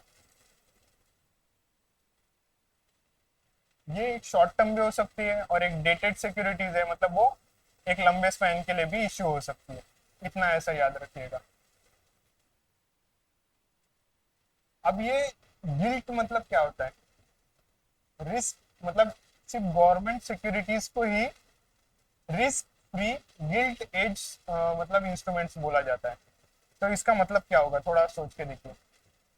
अब ये डायरेक्ट डिकंस्ट्रक्ट करके तो आपको आने नहीं वाला कि गिल्ट का मीनिंग, ओके। पर गिल्ट मतलब होता है कि उसकी हाई वैल्यू है मार्केट में, क्योंकि वो गवर्नमेंट का एट दी एंड, गवर्नमेंट इतनी जल्दी डूबती नहीं है। तो जब भी अगर पेपर में GILT गिल्ट दिख जाए, तो समझ लीजिएगा कि वो कौन ना कौन गवर्नमेंट सिक्योरिटीज या फिर गवर्नमेंट रिलेटेड कुछ ना कुछ है। तो उतनी बात सिर्फ ये गवर्नमेंट सिक्योरिटीज के केस में याद रखिएगा आप। जो मैंने आपको पहले बताया कि central government issue both treasury bills और डेटेड सिक्योरिटीज, और स्टेट गवर्नमेंट ये दोनों भी चीजें इश्यू करती है। एक ही चीज इश्यू करती है, डेटेड सिक्योरिटीज, और वो है स्टेट डेवलपमेंट लोन्स वगैरह। जैसे आपके इधर अभी बहुत सारे काम हो रहे होंगे, रास्ते बन रहे होंगे, अगर वो स्टेट गवर्नमेंट कर रही है पर्टिकुलरली, तो हो सकता है कि उसमें स्टेट डेवलपमेंट लोन्स जो है वैसा लाया गया है कोई ना कोई इंस्ट्रूमेंट। यहाँ पे नितिन गडकरी के बारे में सबने सुना होगा, है ना। वो बंदा उसके काम में इतना ट्रांसपेरेंट और अकाउंटेबिलिटी मेंटेन रखने वाला है कि वो मतलब वो पहले ही बोल देते हैं कि भाई हमारे पास पैसे की कमी नहीं है। तो ऐसा क्यों बोलते हैं, अभी हमने गवर्नमेंट सिक्योरिटीज का एक ब्रॉडली कंसेप्ट पढ़ा, तो वो ऐसा क्यों बोल पाते हैं कि भाई मेरे पास पैसे की कमी नहीं है, मैं जब भी मार्केट में जाऊंगा मुझे पैसे मिल जाएंगे करके। क्या लगता है ऐसा क्यों है।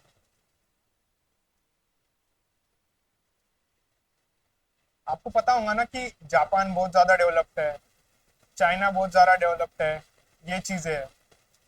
तो उनके डेवलपमेंट के पीछे अलग अलग चीजों का कारण है कि भाई जापान अगर आप कंसिडर करोगे तो भी ऐसा बोला जाता कि वो जो कंट्री है वो खुद के ऊपर बहुत ज्यादा प्राउड है। मतलब वहाँ पे अगर मैचेस हुए हैं पर्टिकुलरली, एक मैंने स्टोरी सुनी थी कि एक जगह पे मैचेस हो रहे थे कुछ फुटबॉल वगैरह के, तो वहाँ पे जापानीज लोग गए मैचेस देखने।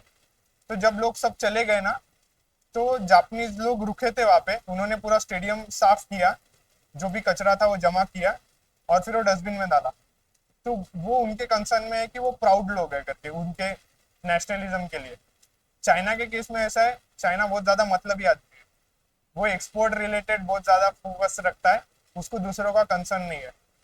मतलब चाइना ने इतनी तरक्की कर ली है ना कि अब वो ये सोचता है कि मेरे को मेरा जो एक्सपोर्ट का मार्केट है वो मैं मेरा जो ट्रांसपोर्ट है उसका भी खर्चा कैसे बनाए। जैसे यहाँ पे बहुत सारे क्लास में लड़कियां हैं, सबने टेडी बियर देखा ही होगा। तो हमारे इधर टेडी बियर अगर एक्सपोर्ट करना है ना तो ऐसा भी होता है कि ऐसा दबा दबा के भरते हैं, लेके जाते हैं। पर चाइना में ऐसा है कि उस जो टेडी बियर है कितना भी बड़ा रहो उसको पूरा श्रिंक किया जाता है, वो इतना इतना हो जाता है, वो गाड़ी के अंदर लेके जाते हुए इतना श्रिंक होने के बाद में तुम कितना भी डाल सकते हो फिर उस गाड़ी के अंदर, फिर उससे ट्रांसपोर्टेशन कॉस्ट वगैरह कम हो जाता है और फिर वो बेचने निकल जाते हैं। ऐसा होता है। मैंने जापान के केस में बताया, मैंने चाइना के केस में बताया, अब मैं इंडिया के केस में बताऊंगा। इंडिया ऐसा एक कंट्री है कि जो इंडियन ओशन में सबसे बड़ा दबदबा रखता है। सोचो तुमने ओशंस के नाम सुने होंगे, अटलांटिक ओशन, अंटार्कटिक ओशन वगैरह बहुत सारे ओशंस के नाम सुने हैं ना। तो एक भी ओशन किसी कंट्री के नाम पे है क्या? नहीं है। पर इंडियन ओशन एक कंट्री के नाम पे है। मतलब सोचो इंडिया का कितना दबदबा है। अपने इधर से बहुत सारे गुड्स पास ऑन होते हैं, हम बीच में लगते हैं। चाइना कहाँ ना कहाँ ये चीज जानता है, तो वो क्या करता है कि भाई वो उसके छोटे छोटे पोर्ट मतलब पोर्ट्स बना, मतलब वो आजू बाजू के जो देश है ना उसके वहां पे वो उसके पोर्ट्स वगैरह जो है ना वो काबिज में ले रहा है। मतलब श्रीलंका के केस में उसने वैसा किया, बांग्लादेश में भी वो करना चाहता है। अब ये मैं आप सोच रहे होंगे कि भाई तू इकोनॉमी पढ़ा रहा था, किधर लेके आ रहा है हमारे को। तो मैं रिलेट करता हूँ। मैं नितिन गडकरी पे चालू किया था, तो नितिन गडकरी जी पे ही वापस चालू करते हैं। नितिन गडकरी ने एक इंटरव्यू में डायरेक्ट बोला है कि भाई कहाँ पे रास्ता चाहिए मेरे को बताओ, मैं रास्ता बना के दूंगा, सिर्फ मेरे को इन्वायरमेंटल क्लियरेंसेस दे दो और मैं तुम्हारे को जितना पैसा तुम्हारे को लगता है वो ला के दो, एक अच्छा काम करने वाला आप रखो और चीजें चलने दो करके। अब ऐसा कोई आदमी क्यों बोल सकता है इतना ज्यादा कॉन्फिडेंट? रिलेट करिए, चाइना इतना कमीना आदमी है, वो उसके एक्सपोर्ट के रिलेटेड चीजें चलती है। बाद में फिर जापान के केस में मैंने बताया प्राउड है। नितिन गडकरी क्यों प्राउड है अपने इकोनॉमी के ऊपर इतना? उनको क्या चीज दिख गई है? कोई भी दूसरा आदमी ऐसा बोल नहीं रहा है ना डायरेक्ट स्टेज पे आके कि भाई किसको चाहिए बताओ मैं करके दूंगा। मोदी जी अलग है, मोदी जी 15 लाख भी दे रहे थे। पर सोच के देखो नितिन गडकरी जी क्यों बोल रहे हैं ऐसा?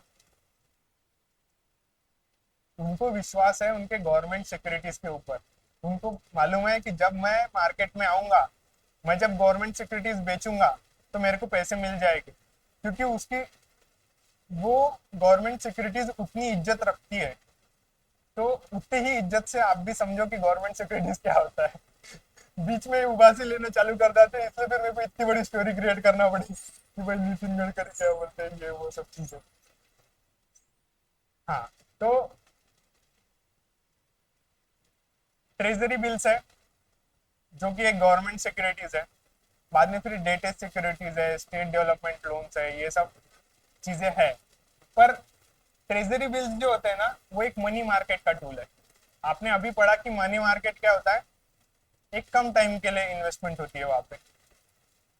तो गवर्नमेंट ऑफ इंडिया क्या करता है, उसका टेन्यूअर जो होता है ना इनके जो ट्रेजरी बिल्स वगैरह होता है उसका सिर्फ 91 डेज, 182 डेज या फिर 364 डेज, मतलब ये मनी मार्केट के अंदर ही आती है चीजें। ओके, अब जीरो कूपन सिक्योरिटीज क्यों बोलते हैं? आप सबने कूपन इस्तेमाल करे होंगे और क्लास में बहुत सारी लड़कियां हैं तो उन्होंने कपड़े वगैरह खरीदते टाइम में लड़कों से ज्यादा ही कूपन इस्तेमाल करे होंगे। पर उस कूपन में और इस कूपन में फर्क है। ये जो जीरो कूपन सिक्योरिटीज होते हैं ना, इसमें क्या होता है कि इसका जो इंटरेस्ट रेट होता है, मतलब मैं आगे बताता हूँ, पर ये चीज याद रखो, एक जीरो कूपन सिक्योरिटीज आने वाला है, पर उसके लिए ये चीज याद रखो कि ये जीरो कूपन सिक्योरिटीज है करके। They are issued at a discount, जैसे मैंने पहले चीजें बताई कि डिस्काउंट पे इश्यू करी जाती है, और redeemed at the face value eight maturity. Cash management bill, अब इसको तुम कंस्ट्रक्ट डीकंस्ट्रक्ट कर सकते हो। पहले मेरे को ये बताओ डीकंस्ट्रक्ट मतलब क्या होता है? मैं 2-3 बार डीकंस्ट्रक्ट बोल दिया, मेरे को ऐसा लग रहा है कि तुम्हारे को डीकंस्ट्रक्ट मतलब पता है कि नहीं है। हाथ खड़े करके बताओ सिर्फ डीकंस्ट्रक्ट मतलब क्या होता है। भाई पानी की बोतल है क्या?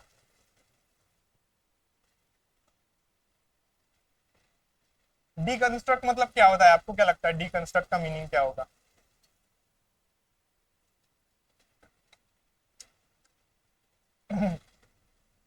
एक तो सबको पता है डीकंस्ट्रक्ट मतलब क्या, या फिर किसी को नहीं पता है डीकंस्ट्रक्ट मतलब क्या? समझो, आ, आपके घर में घर बने होंगे, आप घर में रहते होगे, कंस्ट्रक्शन वर्क चला होगा।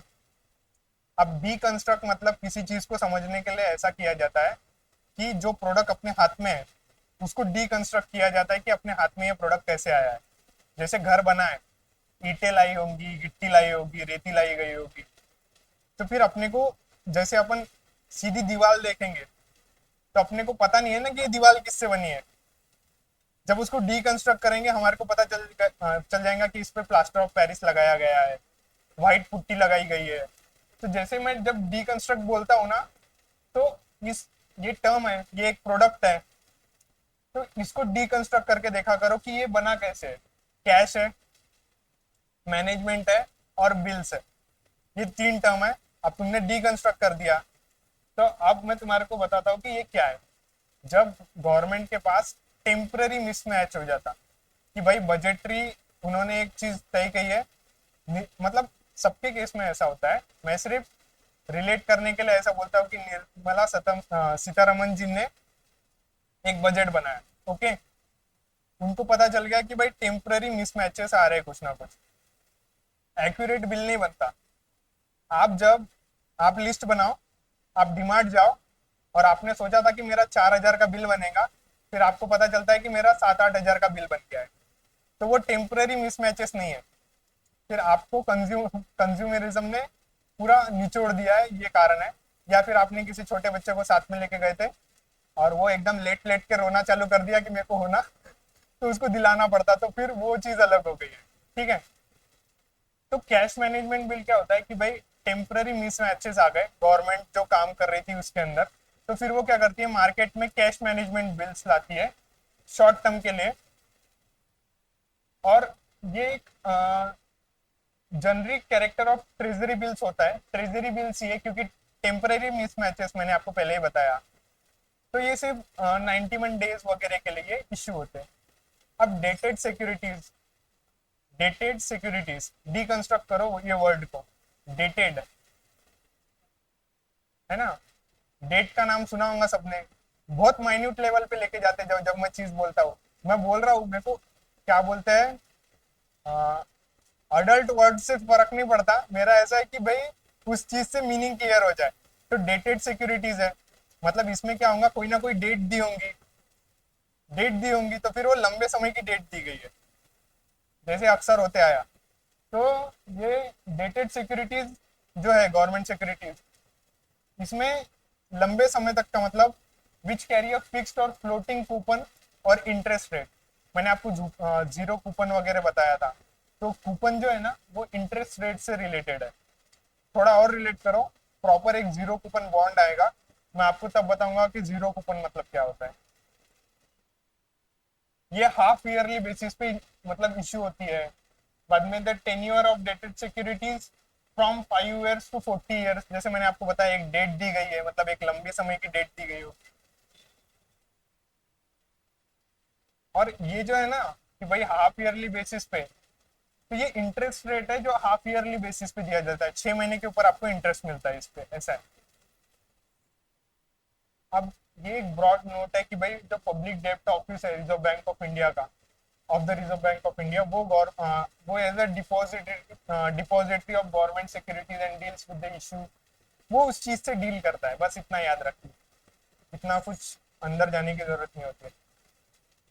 अब गवर्नमेंट बॉन्ड्स के भी टाइप्स होते हैं, ठीक है।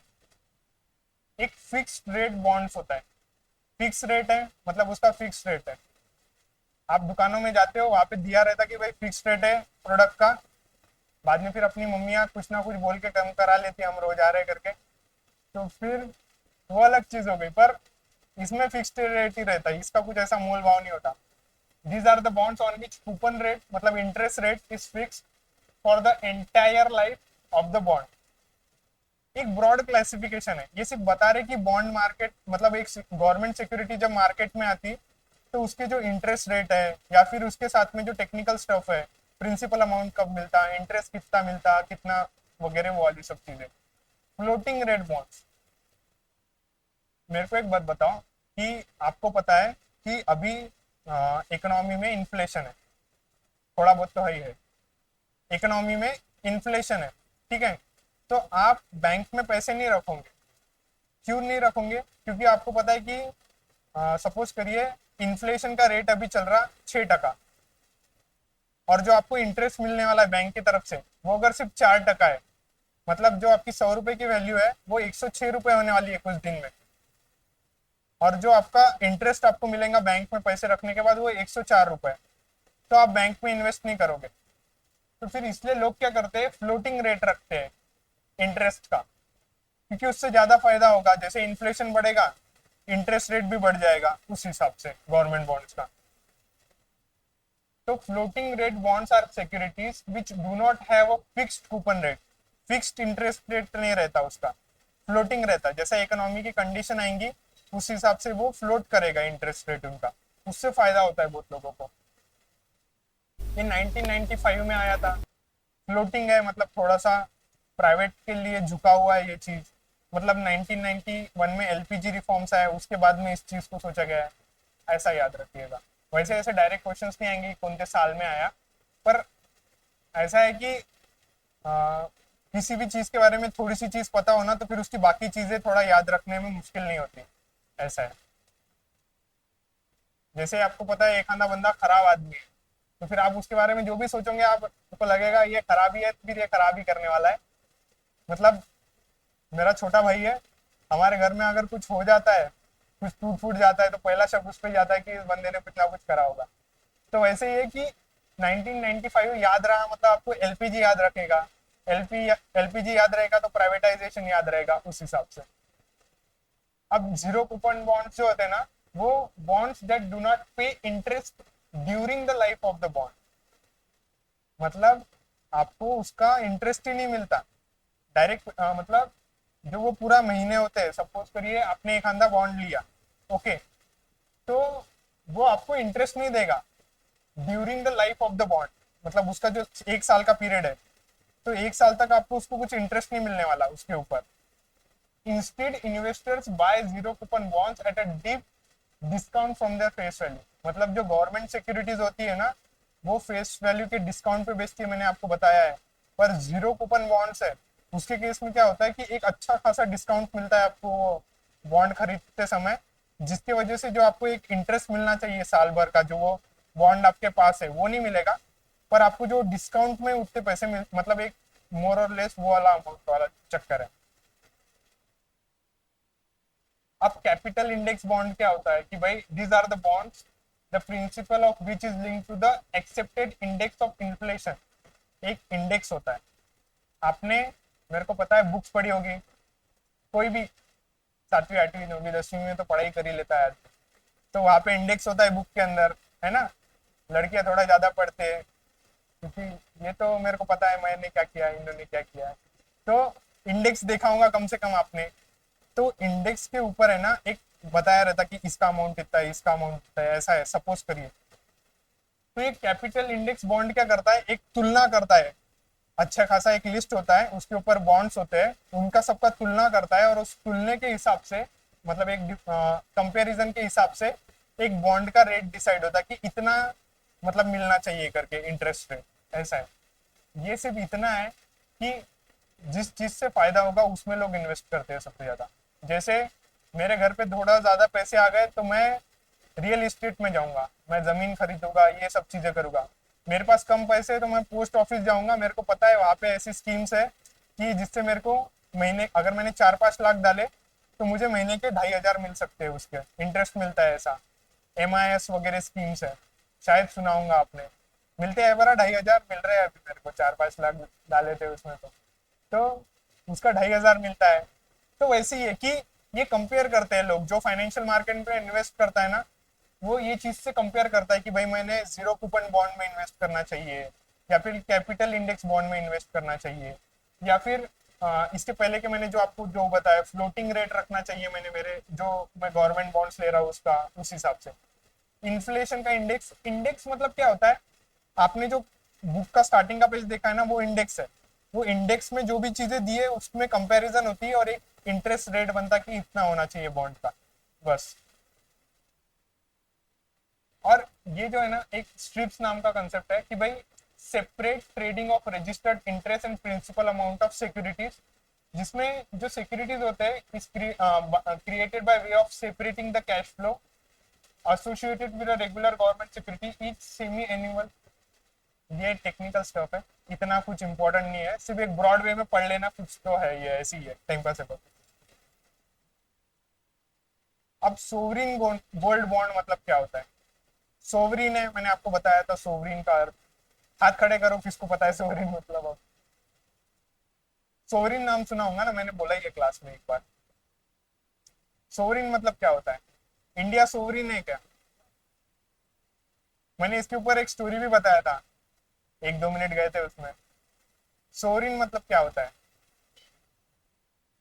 जैसे स्लेवरी नाम सुना है आपने? स्लेवरी क्या होता है? अपने इधर नहीं थी स्लेवरी, मतलब कास्टिज्म वगैरह अलग चीज हो गया, स्लेवरी अलग हो। स्लेवरी पता है क्या आपको? स्लेवरी क्या होता है? तो अपना इंडिया स्लेवरी में नहीं था, काइंड ऑफ ऐसा बोल सकते हैं, पर इंडिया नॉन इंडिपेंडेंट था ना 1947 के पहले, तो वो उसके डिसीजन खुद से नहीं ले सकता था। जैसे आ, जो छोटे बच्चे रहते क्लास में, वो सोरी क्लास में बोल रहा हूँ, घर पे वो सोरिन नहीं रहते, वो उनके डिसीजन खुद नहीं ले सकते। अगर कोई है ही छोटा बच्चा एकदम खतरनाक तो फिर वो ले ही लेगा, वो अलग चीज हो गई, पर वो सोरिन नहीं है, वो खुद के डिसीजन खुद नहीं ले सकते। तो वैसे ही सोरिन जो होता है ना, एक कंट्री होती है जिसे सोरिन बोला जाता है क्योंकि वो उसके डिसीजन खुद लेती है। अब वो कौन से डिसीजन है? इंटरनेशनल डिसीजन, किसके साथ मिलिट्री फाइट करना है वगैरह, ये सब चीजें चल रही है। जैसे आपने अभी वॉर्स वगैरह चल रही है, तो आपने देखा होगा कि सोवरिन कंट्रीज एक दूसरे के साथ फाइट कर रहे हैं वगैरह वगैरह ऐसा।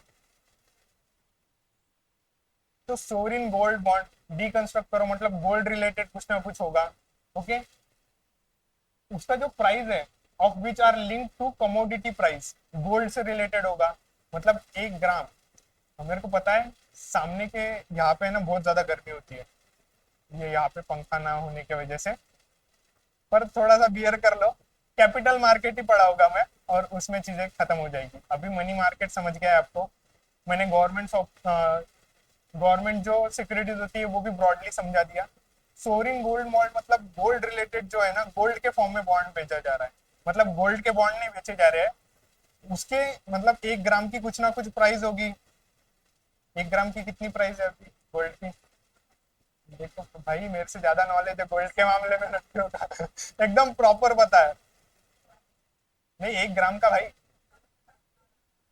हाँ, तो ऐसा कुछ है ना, तो मैं वही बोल रहा हूँ, उसको ही पता है। भाई तूने गिफ्ट करा क्या अभी कुछ तो मतलब इतना करेक्ट नंबर पता है उसको, 7,800 और ये समथिंग, तो फिर पता है होगा। तो मैं वही बोल रहा हूँ कि ये जो बॉन्ड्स है वो 1 ग्राम की तुलना में बेचे जाते हैं कि भाई 1 ग्राम इतने पे है अभी बॉन्ड्स का, मतलब 1 ग्राम सोना इतने ग्राम का है। तो उस फॉर्म में ये बेचे in the multiples of gram, जैसे मैंने आपको बताया था कि in multiples of 5 lakh, in multiples of 1 lakh, in multiples of 1 ग्राम का जो सोने की प्राइस है उसके हिसाब से ये बेचे जाते हैं।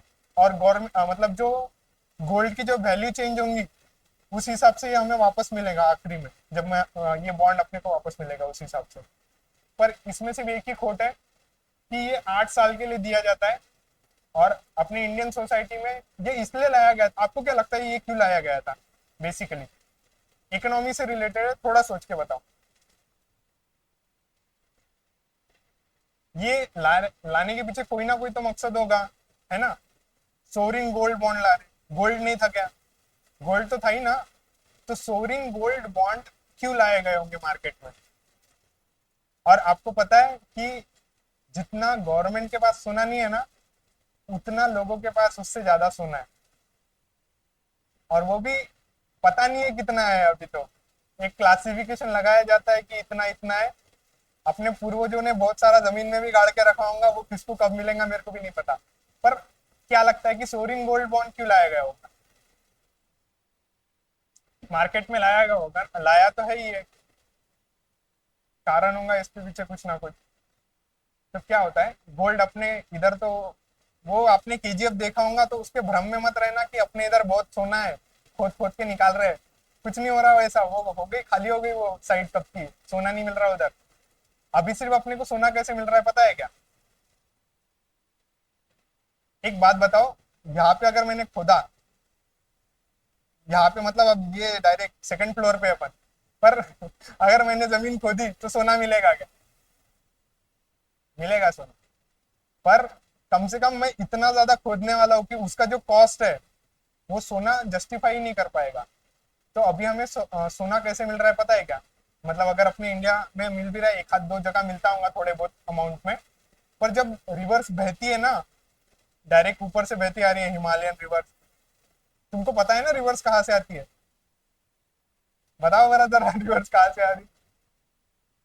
मेरे को नहीं पता था पहले, मैं कब तक नहीं पता था, मेरे को ग्रेजुएशन के एंड तक नहीं पता था कि रिवर्स बह कहाँ से रही, स्टार्टिंग पॉइंट ही नहीं पता था मेरे को। आपको क्या लगता है सिर्फ हिमालयन रिवर्स है क्या?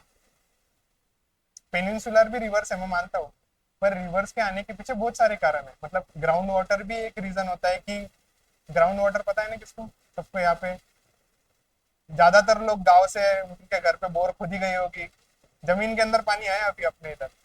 तो जब नदियां बहती है ना, तो बहुत सारे मतलब समझो ऊपर से पहाड़ से नदी बह रही है, तो वो बहुत सारी मतलब जो रॉक्स वगैरह उसे तोड़ के निकलती है। तो रिवर के आजू बाजू में भी सोना जमा होता है थोड़ा थोड़ा फॉर्म पे। रिवर्स सोना लाती है अपनी, पर वो उतना अमाउंट में नहीं होता है, इसलिए वो एक्सट्रैक्ट नहीं होता है। ये पता रखना आपने कि सोना है पर उतना नहीं है। तो सोरिन गोल्ड बॉन्ड इसलिए लाए गए थे क्योंकि अपने को बहुत ज्यादा अमाउंट इंपोर्ट करना पड़ रही थी, बहुत ज्यादा गोल्ड जो है वो हम इंपोर्ट कर रहे थे। ओके, फिर वो इंपोर्ट करने की वजह से अपना जो क्या बोलते हैं, हम बाहर से ले रहे वो अपने गवर्नमेंट के अकाउंट के ऊपर, उसकी वजह से प्रेशर आ रहा। फिर इन्होंने क्या सोचा कि भाई लोगों को सोना ही होना ना, फिर उसका एक बॉन्ड क्रिएट करते हैं जिसकी प्राइस एक सोने के हिसाब से ही रखेंगे। मतलब लोग सोना नहीं लेंगे, सोना नहीं लेंगे, उसकी वजह से फिर गवर्नमेंट के ऊपर उतना प्रेशर नहीं आएगा कि उसको इंपोर्ट करना है करके, और फिर उस वजह से जस्टिफिएबल हो जाएगा चीज। आ रहा है ध्यान में? ये 8 साल के लिए तक है, मतलब 8 साल रखना पड़ेगा। और उसके ऊपर एक एग्जिट ऑप्शन भी है कि भाई आप 5 साल के बाद इसे बेच सकते हो, पर वो थोड़ा बहुत पेनल्टी वगैरह वो सब चीजें होती है।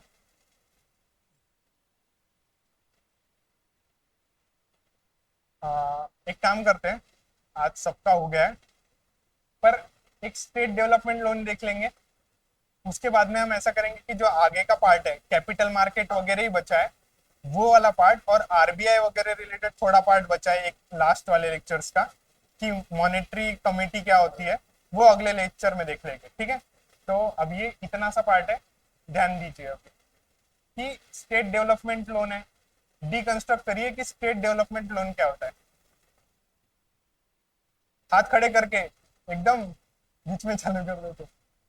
हाँ आप बताइए, बोलिए बोलिए बोलिए, कुछ तो बोलिए आप। स्टेट डेवलपमेंट लोन मतलब क्या होगा?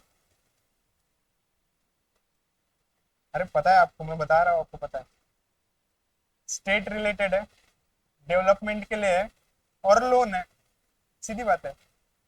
जैसे आपके घर पे अगर किसी चीज का लोन लिया गया होगा जमीन खरीदने के लिए, तो जमीन है, उसका लोन है, बस वैसे ही है कि स्टेट डेवलपमेंट करना है तो फिर उसके लिए लोन्स लिया जाता है, वो बॉन्ड्स के हिसाब से लिया जाता है। तो फिर इसका मेच्योरिटी पीरियड ऑब्वियसली ज्यादा होगा, क्योंकि डेवलपमेंट पर्पस के लिए उसके पैसे एकदम से नहीं निकलते हैं। नॉर्मल ऑक्शन पीरियड होता है इसके लिए, ऑक्शनिंग वगैरह होता है स्टेट, क्योंकि एकदम से ये चीजें होंगी नहीं। इसका जो पीरियड होता है ये भी अच्छा खासा होता है, मतलब एक बोल सकते, यहाँ मैंने दिया नहीं है कि इसका पीरियड कितना होगा। हाँ, इसकी जो इंटरेस्ट पीरियड है वो भी हाफ ईयरली बेसिस पे इंटरेस्ट मिलेगा, और principal is repeated on the maturity period. Maturity period के टाइम पे इसका जो मेच्योरिटी पीरियड होने के बाद में जो प्रिंसिपल अमाउंट है, मतलब जो होता है वो दिया जाता है। इसका एक पीरियड देखो बड़ा क्या है स्टेट डेवलपमेंट लोन्स का, आपने देखना और आपके नोट्स में ये सिर्फ लिख देना, मैंने यहाँ पे मिस आउट हो गया है गलती से मेरे हिसाब से। अभी ये जो ओपन मार्केट ऑपरेशन मैंने पहले क्लास में बताया, अगर आप में से किसी ने भी ओपन मार्केट ऑपरेशन समझ गया, मतलब किसी ने बता दिया अभी, तो मैं क्लास छोड़ दूंगा। कौन लेना चाहेगा पूरे क्लास की जिम्मेदारी, बताइए। ओपन मार्केट ऑपरेशन क्या होता है? कोई भी चलेगा, मैं किसको भी चांस देने को तैयार हूँ। ओपन, थोड़ा डिकंस्ट्रक्ट करिए और सोचिए क्या होगा ओपन मार्केट ऑपरेशन। एक जन कोई भी, ओपन मार्केट ऑपरेशन, क्योंकि फिर ये मेरे को समझाना ही पड़ेगा, और इसके साथ फिर ये रीपर्चेस ऑफ गवर्नमेंट सिक्योरिटी, ये दो पार्ट फिर मैं अगर मैं समझाऊंगा, अगर किसी को नहीं पता है तो बताइए ओपन मार्केट ऑपरेशन क्या होता होगा। ओपन मार्केट है, ऑपरेशन हो रहा है, तो क्या होता है, जब गवर्नमेंट को पता चलता है, गवर्नमेंट बॉन्ड्स ला रही है, सिक्योरिटीज ला रही है, गवर्नमेंट सिक्योरिटीज ला रही है, और चीजें मार्केट में चल रही है कैसे ना कैसे करके। हाँ, अभी क्लास में ध्यान दीजिए, क्योंकि मैं ये कंसेप्ट होने के बाद क्वेश्चन पूछूंगा, और फिर आंसर देने के बाद में मैं छोड़ दूंगा क्लास। तो गवर्नमेंट सिक्योरिटीज है मार्केट में जो आ रही है, और मैं किसी को भी पूछूंगा तो गवर्नमेंट सिक्योरिटीज है, मार्केट में आई है, इकोनॉमी में चीजें चल रही है। ओके, तो क्या होता है कि ओपन मार्केट होता है। आरबीआई को पता है कि इकोनॉमी में अभी लिक्विडिटी की जरूरत है, लिक्विडिटी मतलब मनी की जरूरत है। तो जब जैसे उसको पता चल जाता है कि भाई लिक्विडिटी की जरूरत है, तो ये क्या करता है, जिन लोगों के पास गवर्नमेंट बॉन्ड्स रहते ना, वो खरीद लेता। जैसे खरीदे, पैसे वापस दे दिए जाते, फिर इकोनॉमी में लिक्विडिटी आ गई।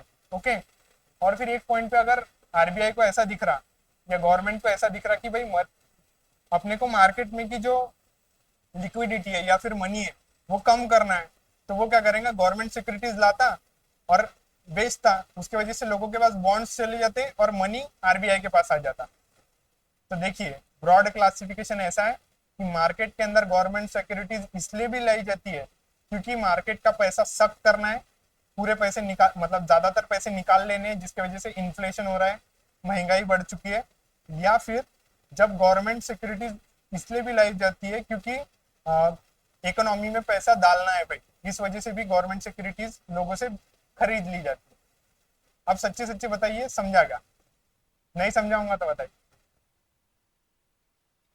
और मैं किसी को भी पूछूंगा तो सच में बताइए समझा है क्या? मैं आपको समझा गवर्नमेंट सिक्योरिटी, ये ओपन मार्केट ऑपरेशन आपको समझा है क्या? आपके सामने समझ गया है? तो देखिए, ब्रॉड में और एक बार बता देता हूँ, फिर इस पे एक क्वेश्चन पूछूंगा।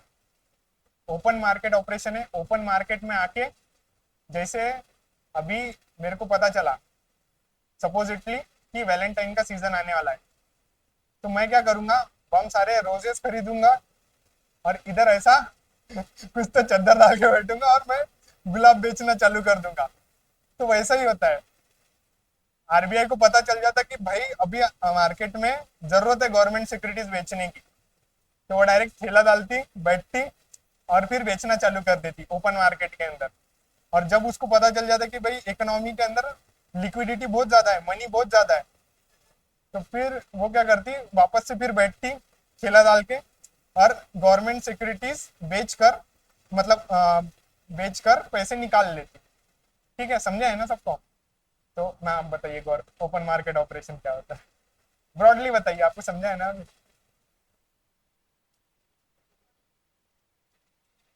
अगर मेरे को ये चलेगा कि किसी को जैसे मेरे दोस्त के केस में होता है, वो मैथ्स में बहुत होशियार है, और मैं भी मैथ्स में बहुत ज्यादा होशियार हूँ, आपको पता ही है। तो फिर उसको है ना, मैं उसको बोलता हूँ कि भाई एक आधी कंसेप्ट मेरे को समझा दे, उसको समझाते नहीं आता।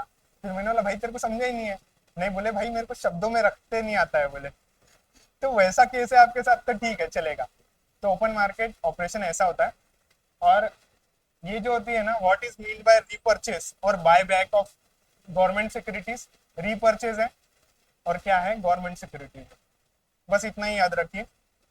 तो बस ऐसे ही है, ये उसके ट्रेडिंग के इंस्टीट्यूशन से ये मैं बता दूंगा, और एक कैपिटल मार्केट वाला पार्ट बचा है, फिर फाइनेंशियल मार्केट खत्म हो जाएगा, और थोड़ा जो मॉनेटरी पॉलिसी कमेटी है वो भी हम अगले लेक्चर में ले लेंगे।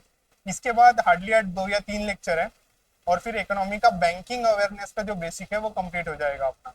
सिर्फ क्लास में आने से पहले रिवाइज करके आया करिए, क्योंकि क्या हो जाएगा, एक पॉइंट के बाद जब ये 8 क्लासेस खत्म हो जाएगी ना, और जनरल अवेयरनेस का जब करंट अफेयर चालू होगा, तब अगर एक आधा ऐसा जादू जैसा क्लास में बैठा रहेगा कि भाई मेरे को नहीं पता, मेरे को समझ नहीं आ रहा, तो फिर मैं भी उसकी मतलब मदद नहीं कर पाऊंगा, क्योंकि मैं अब फिर आगे बढ़ूंगा ना, वापस चीजें क्लियर करना रह जाएगा।